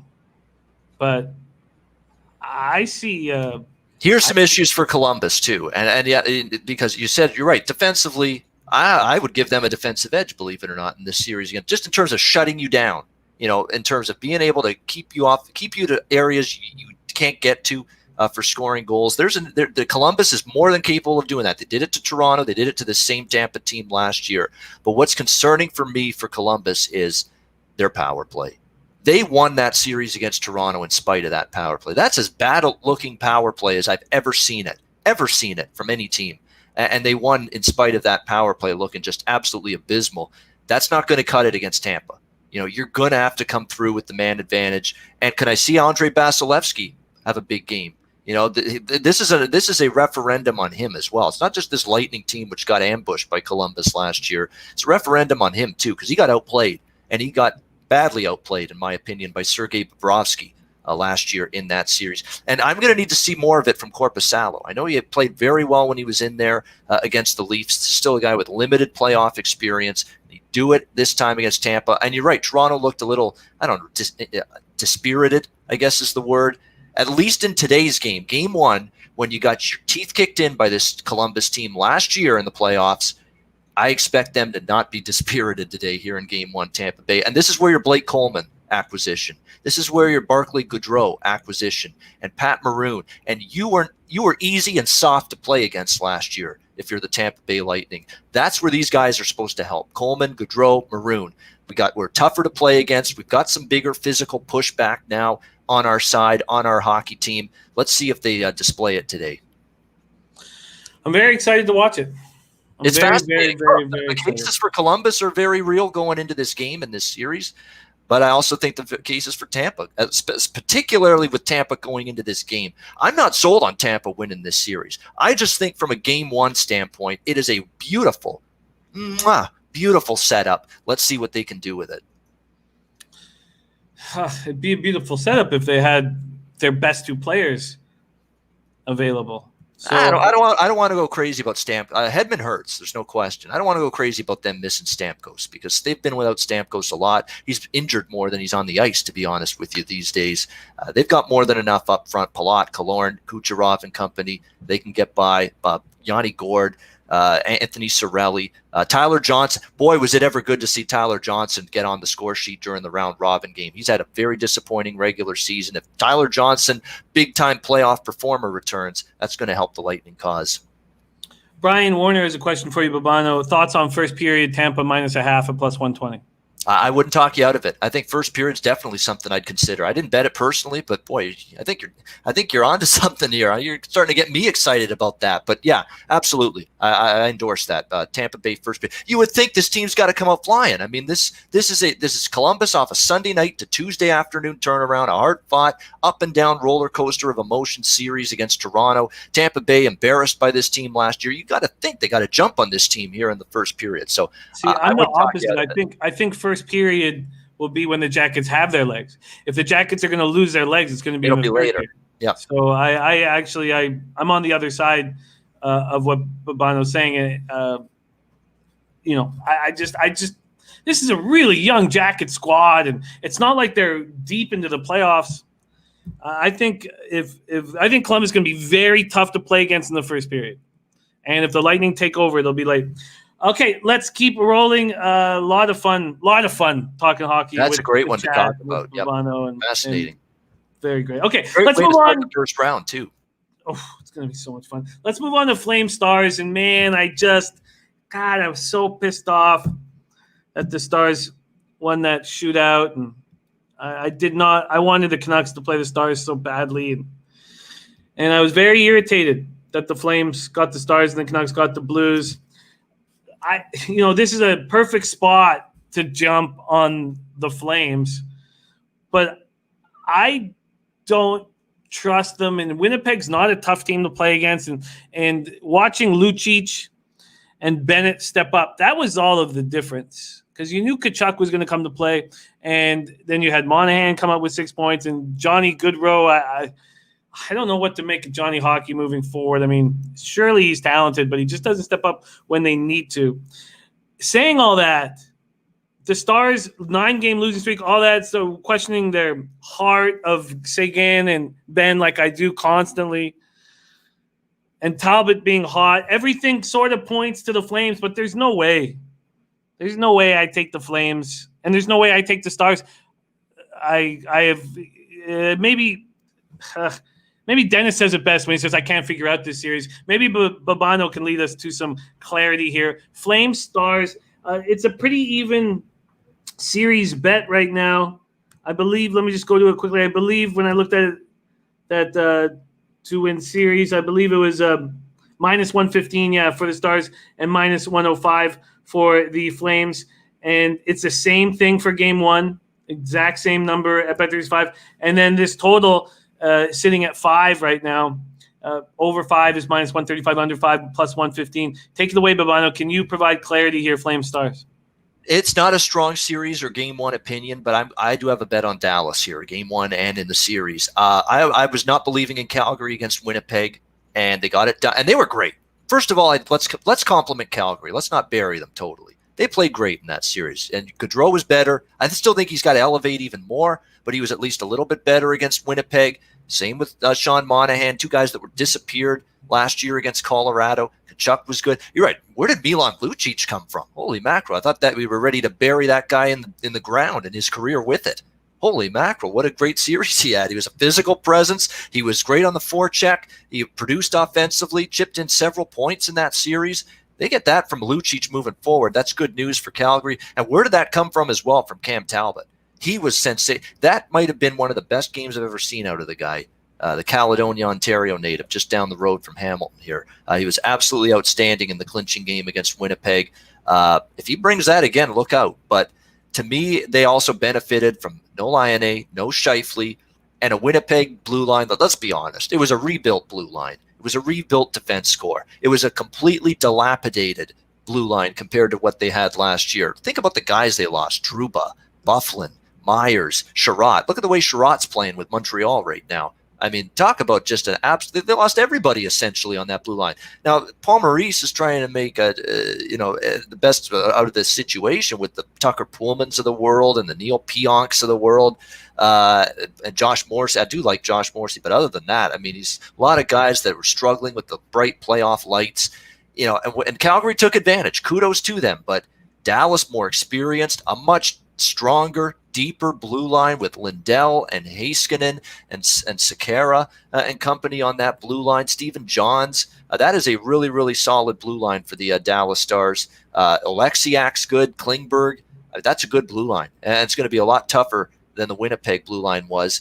And, Dallas, what's their problem, Jimmy? It's scoring. Can they consistently get offense? We know that's always been a problem for them, but they stepped up their offensive game in the playoffs last year. They still have Jamie Benn and Radulov and Seguin. Rupe Hintz, look out for him. He was good in the playoffs last year. Gurrianov, I've been impressed with him on that second line as well. And this is the time when getting a Joe Pavelski, getting a Corey Perry is supposed to pay off for you.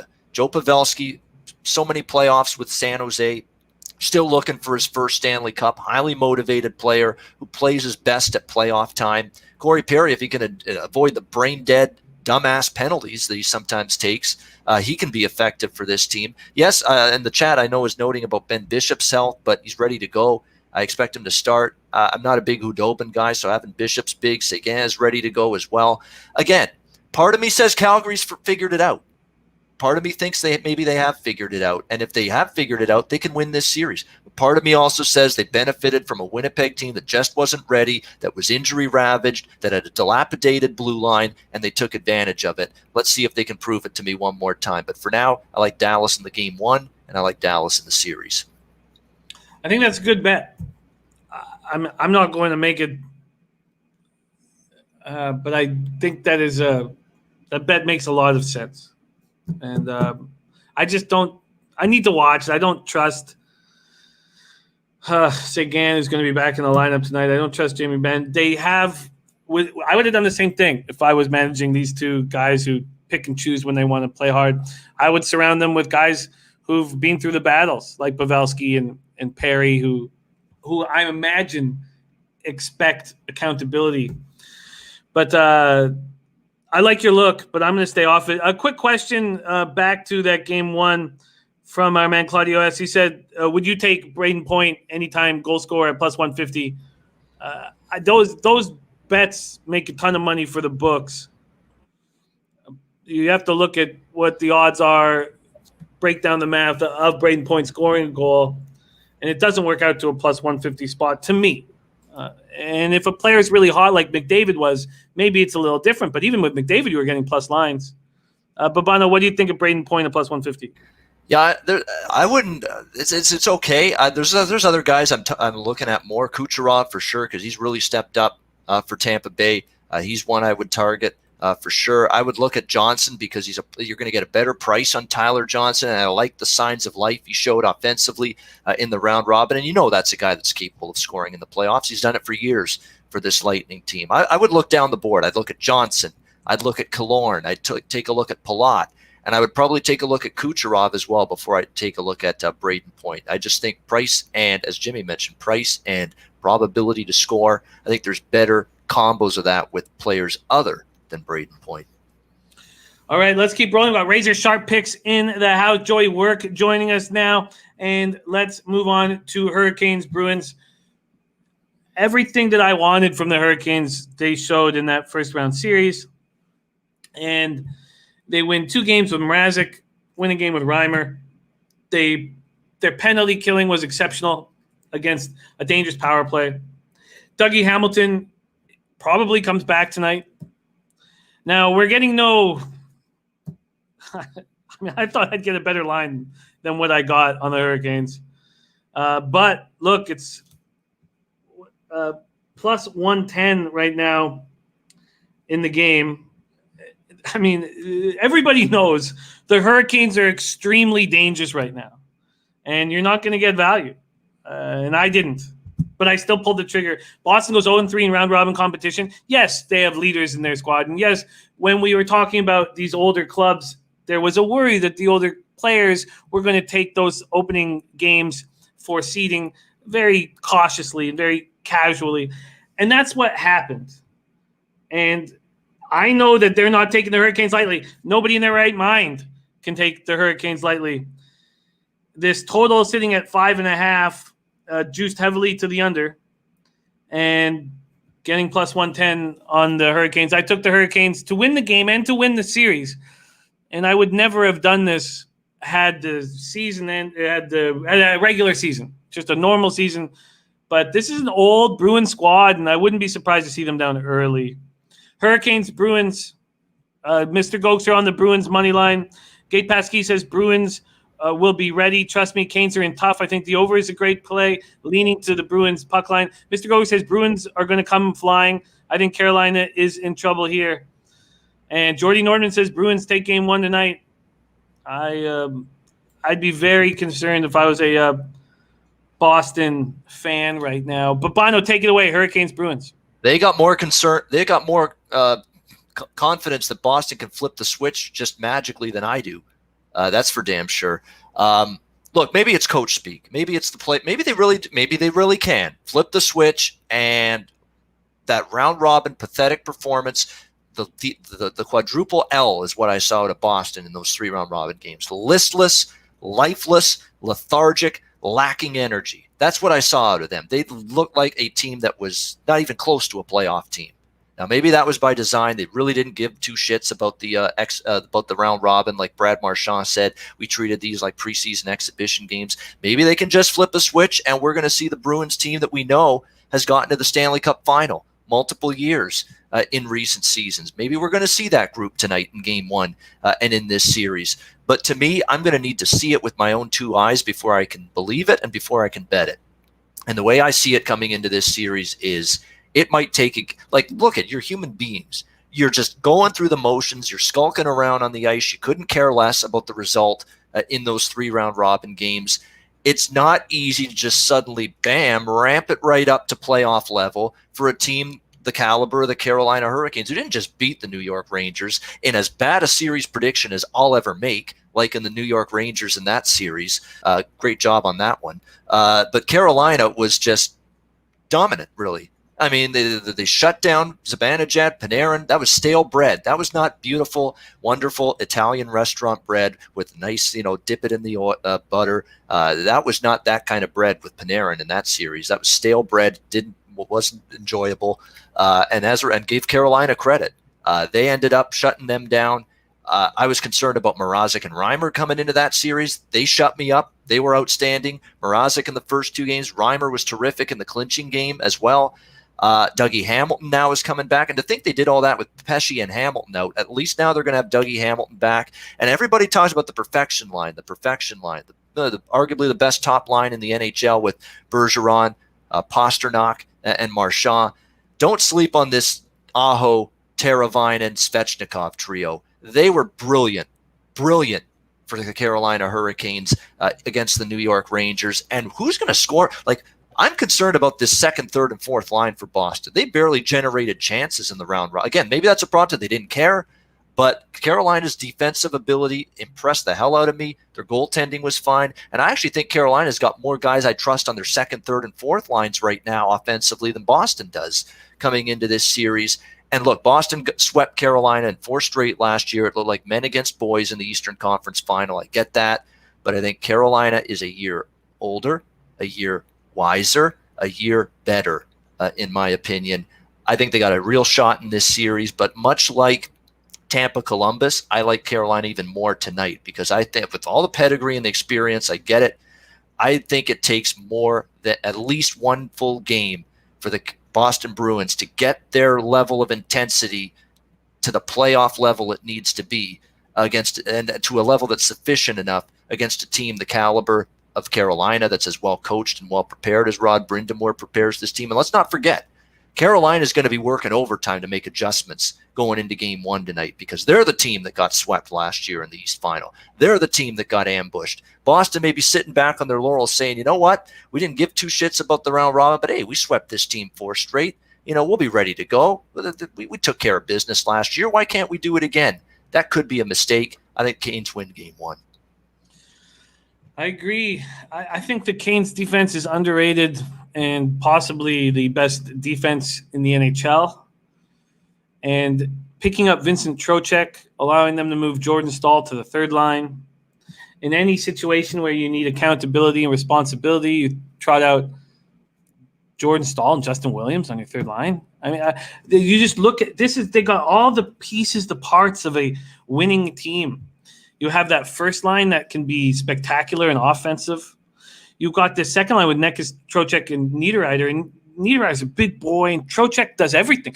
I mean, the the Panthers losing Trocheck changed their whole dynamic of their team. And Trocheck battled with injuries last couple of years. I just see this as a very, very tough team. Their fourth line, by the way, from a Corsi standpoint, is the third-ranked fourth line in NHL. And we haven't even Brock McGinn and Jordan Martinook on that fourth line in particular. Those are just grinders. They're hard workers. They're relentless on the puck. They want the puck. They force turnovers in the offensive zone when they're in on the forecheck. It is a good fourth line, and they were good in that series as well with the Rangers. This team is rolling. It's just rolling. And Brendan Moore presses all the right buttons. And you got Slavin and Hamilton, the third-ranked Corsi defensive unit in the NHL, which allows them to have Vatanen and Gardner on the third line. I mean, you got Edmondson and Ski on the second line. I just, and Mr. Gokster for the last 2 years was telling us how good the Charlotte checkers were. Over and over and over again, he was telling, well, Charlotte's so good. He was hammering AHL, saying, and we always see if you have the best AHL team, you end up with one of the best NHL teams. And look, I'm drinking the soup, and I need them for my financial future. So I'm a little biased, but I'm excited. Okay, let's move on to Game 1, Blackhawks, Golden Knights. Who would have thought that somehow we'd be in the first round of playoffs and the Golden Knights would be the first seed, Blackhawks would be the 8th seed? Unbelievable. Unbelievable. Golden Knights get Max Pacioretty back. The Golden Knights are dangerous in a weak Western Conference, and I've been pushing against the Golden Knights all year, saying they're not that good, but the West is so bad that why don't they run through? They're certainly got a nice matchup, favorable matchup here against the Blackhawks, who played very well in the first round and have a nice mix at forward. Their defense is very questionable, and I think it will cost them, but a really nice mix at forward. I haven't pulled the trigger on a bet here. I know my man Paco Hila's saying the whole world is on the Knights-Hawks first period over, which is an interesting look. And I was going to just mention that Clint really likes, Diehard MMA Podcast really likes that first period over 1.5. But the Knights have gone under first periods 3 games in a row. And there's going to be a feeling out process here. Why don't we let Babano take it away here? Let's take a look at the odds for this spot. This total up at 6.5. Very, very high total at 6.5. And let's get this money line popping up right here. The money line opened at minus 185, and there's been a 25-cent move to the Golden Knights. They're now minus 210. Take it away, Babano, Blackhawks Knights. Yeah, I like the first period over. I like the full game over more, though, 6.5. And I was riding the Chicago-Edmonton series, every game over the total, and only one stayed under, and that was the clincher. Chicago's not going to be able to shut down Vegas. Okay, Vegas's offense is rolling 4 goals or more in every round-robin game, and they didn't even have Max Pacioretty. Now they got him back, leading goal scorer, leading point producer on the Golden Knights. Chicago's going to have a nightmare matchup, with this 4-line wave that the Vegas Golden Knights have, and that's going to be an issue, I think, for them moving forward.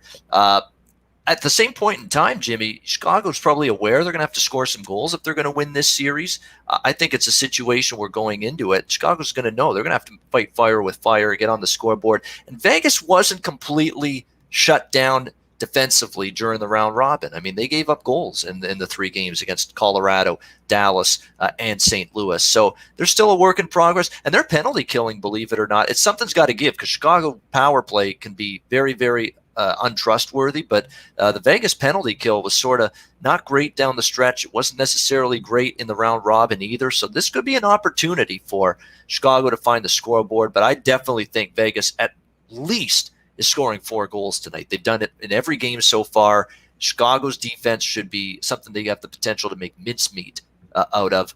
I thought the team total was dirt cheap. I think that's one of the best bets in this game is Vegas team total over 3.5, minus 135. I absolutely think they get to 4. Could you get 2 or 3 out of Chicago then? Quite possibly. I think Chicago can get you 2, 4-2, get an empty netter if need be, 5-2, game goes over the total. I like the full game over. A little bit smaller on the first period over. Vegas team total over I like quite a bit. And I also sprinkled on the puck line as well. Minus 1.5. I think Chicago's going to find out quickly this ain't the Oilers anymore. What do you think of this goaltending matchup, Crawford-Lehner? And are you surprised that looks like Lehner's going to get the opportunity to roll? I'm not. I can't say I am, because even though Marc-Andre Fleury's been the guy from day one with this franchise, his play, and I hate to equate it to his dad passing away, but I've said this many times, it wasn't the same after that. Wasn't the same Marc-Andre Fleury. He had not been all that good or consistent from that moment. And to me, that's probably what gave Leonard the opening that he needed to seize the number one job going into this series against Chicago. He was good in the round robin, and it's not saying Fleury won't be starting at some point. We know the moment there's an issue, or Vegas has a bad game and they're bad defensively, or Leonard has a weak game, they could easily give Fleury the chance. He comes in, makes some saves, and he's got the job back again. It's going to be one of those 1A, 1B goaltending situations you have when you've got two capable number one guys. So I'm not bothered by Leonard. And I think the fact that Leonard played with Chicago, would kind of love to beat the team that traded him away to the Vegas Golden Knights. I think that's something that's going to be a benefit for him and Vegas in this series. We know Lehner bipolar, had to go to rehab. Yep. He's had some big-time mental health demons. No question about that. Yep. And so, I don't know. I need to watch him in this situation. I need to watch this game. I understand. I understand that a lot of money is on the Knights. A lot of money is on the over, and I often say that's kind of why I like the team total more than the puck line or the money line on Vegas, because I'm pretty confident they can score 4. It's what exactly, because Chicago, you got to respect the offense. You do. When John Taves and Pat Kane and Dominic Kubalik and all of these guys, I believe, have 6 points or more in the series against Edmonton, you got to respect that. And Saad had a good series. That's a team that can score. They can't defend a lick, but they can score. And you got to be somewhat mindful and fearful of that if you're the Golden Knights. And it's not like they shut teams down in the round robin. They were giving up goals in the 3 round robin games, the Knights. Yes, and the Knights are scoring goals and doing what they please in a glorified exhibition series. Even though Chicago's weak defensively, I still want to see them do it here against a team that's rolling and believes in themselves. Yep. I often say that in NHL, when something looks too good to be true, don't worry. It's NHL, and it'll still come through. Like, I thought the overs. I kept riding the overs in Chicago and Edmonton. I thought 6, 6.5, 6. How long can I keep doing this and keep winning? And finally, there was a loss in Game 4, but it just kept on coming in and coming in and coming in. And the over's actually 7-2 the last 9 meetings with Vegas versus Chicago. So it led me to believe that, hey, let's keep rolling with it again, at least for Game 1. Maybe we get off it if we see the style of play change a bit tonight. But for Game 1, I'm interested in the over, because I think this will be one of the highest scoring series of this particular round. No, I absolutely get it. And I always say in NBA, if something looks too good to be true, stay away, because you're going to get eaten up. It's the difference between NBA and NHL. So I would never tell you guys not to bet this Vegas and the over. I would not do that. I don't think there's anything wrong with it, but I am not going to bet. I'm not going to take the other side. I'm going to stay off. I'm going to watch this game with great interest. By the way, the Nets are up 18 right now, so good start. Looking good. 50-32 with 3.5 minutes left. And there was some talk about making a move on the under. Was it Gate Pass Key? There was guys talking about making a move on the under because of the backups, and that looks like it's going to work out beautifully. The Magic have no heart. What a treat it is to have Babano on the show. Let's just go over NHL picks very quickly again. In NHL, I'm on the Canes and the Jackets Game 1, the Canes and the Jackets in the series. And this is so much fun. And we got to milk every second of how much fun this is, because in November, there may be no sports during the week. So let's enjoy this as much as possible. Babano, NHL looks. Yeah, you got to enjoy it while it's here. I mean, we don't know if NFL or college football are going to get off the ground, but what we do know is we've got NBA right now, NHL right now, MLB at least for now. So enjoy them every day that they're on during this month of August. NHL, Tampa Bay puck line, minus the goal and a half, plus 160. I do like Columbus, Tampa Bay over 5.5 at a plus price as well. Dallas minus 110 Game 1 and for the series. Carolina plus 120 in Game 1, and I also have a smaller play on them in the series. And Vegas, Chicago over 6.5 full game, over 1.5 minus 145 first period. And I really like that team total over 3.5 minus 135 on the Golden Knights. I think they get 4 goals minimum. Oh, yeah. Paco says, can you imagine how much fun Saturdays will be if we actually get a college football season? Let's just enjoy every second of this. Absolutely. What a treat it is to roll with Babano, but we have nothing without these spectacular cappers in the chat. Just before we just thank everybody, only 4 plays for me in MLB. Marlins, Jays, first 5 under 4.5. Braves, first 5 plus 115. And then Tigers, first 5 minus 110. And then the bet I have yet to make. Those 3 I've already bet. I'm going to jump in on the Rays minus 110. In NBA, looks like I'm going to get off to let's not. We're looking okay early. Nets plus 4.5, minus 110. But DeRozan over 22.5 points, I like very much. And the Rockets Spurs, that's my favorite look on this whole card.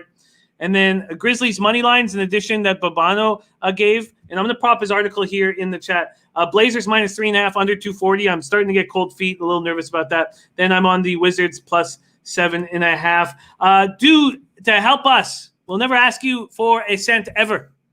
We just need to fucking win. But we do want you to check out and support odds.com, who support us as much as possible.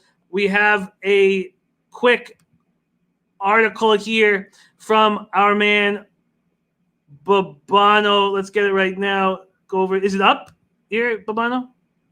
I believe it's on the way. If it isn't already, I should. Here it is. I got it right here. Got it right here. All right, here is the Babano article. Check it out. Babano convinced me to make moves. Oh, shit. Sorry. Here we go. There it is. Yeah, right on the homepage. There we go. Grizzlies. Yep. Memphis. Let's go. All Grizzlies. Right. I love it. Daily NHL and NBA from me. Articles and videos on odds.com. No reason not to check it out every day. Yeah, absolutely. And keep doing with what you focus on.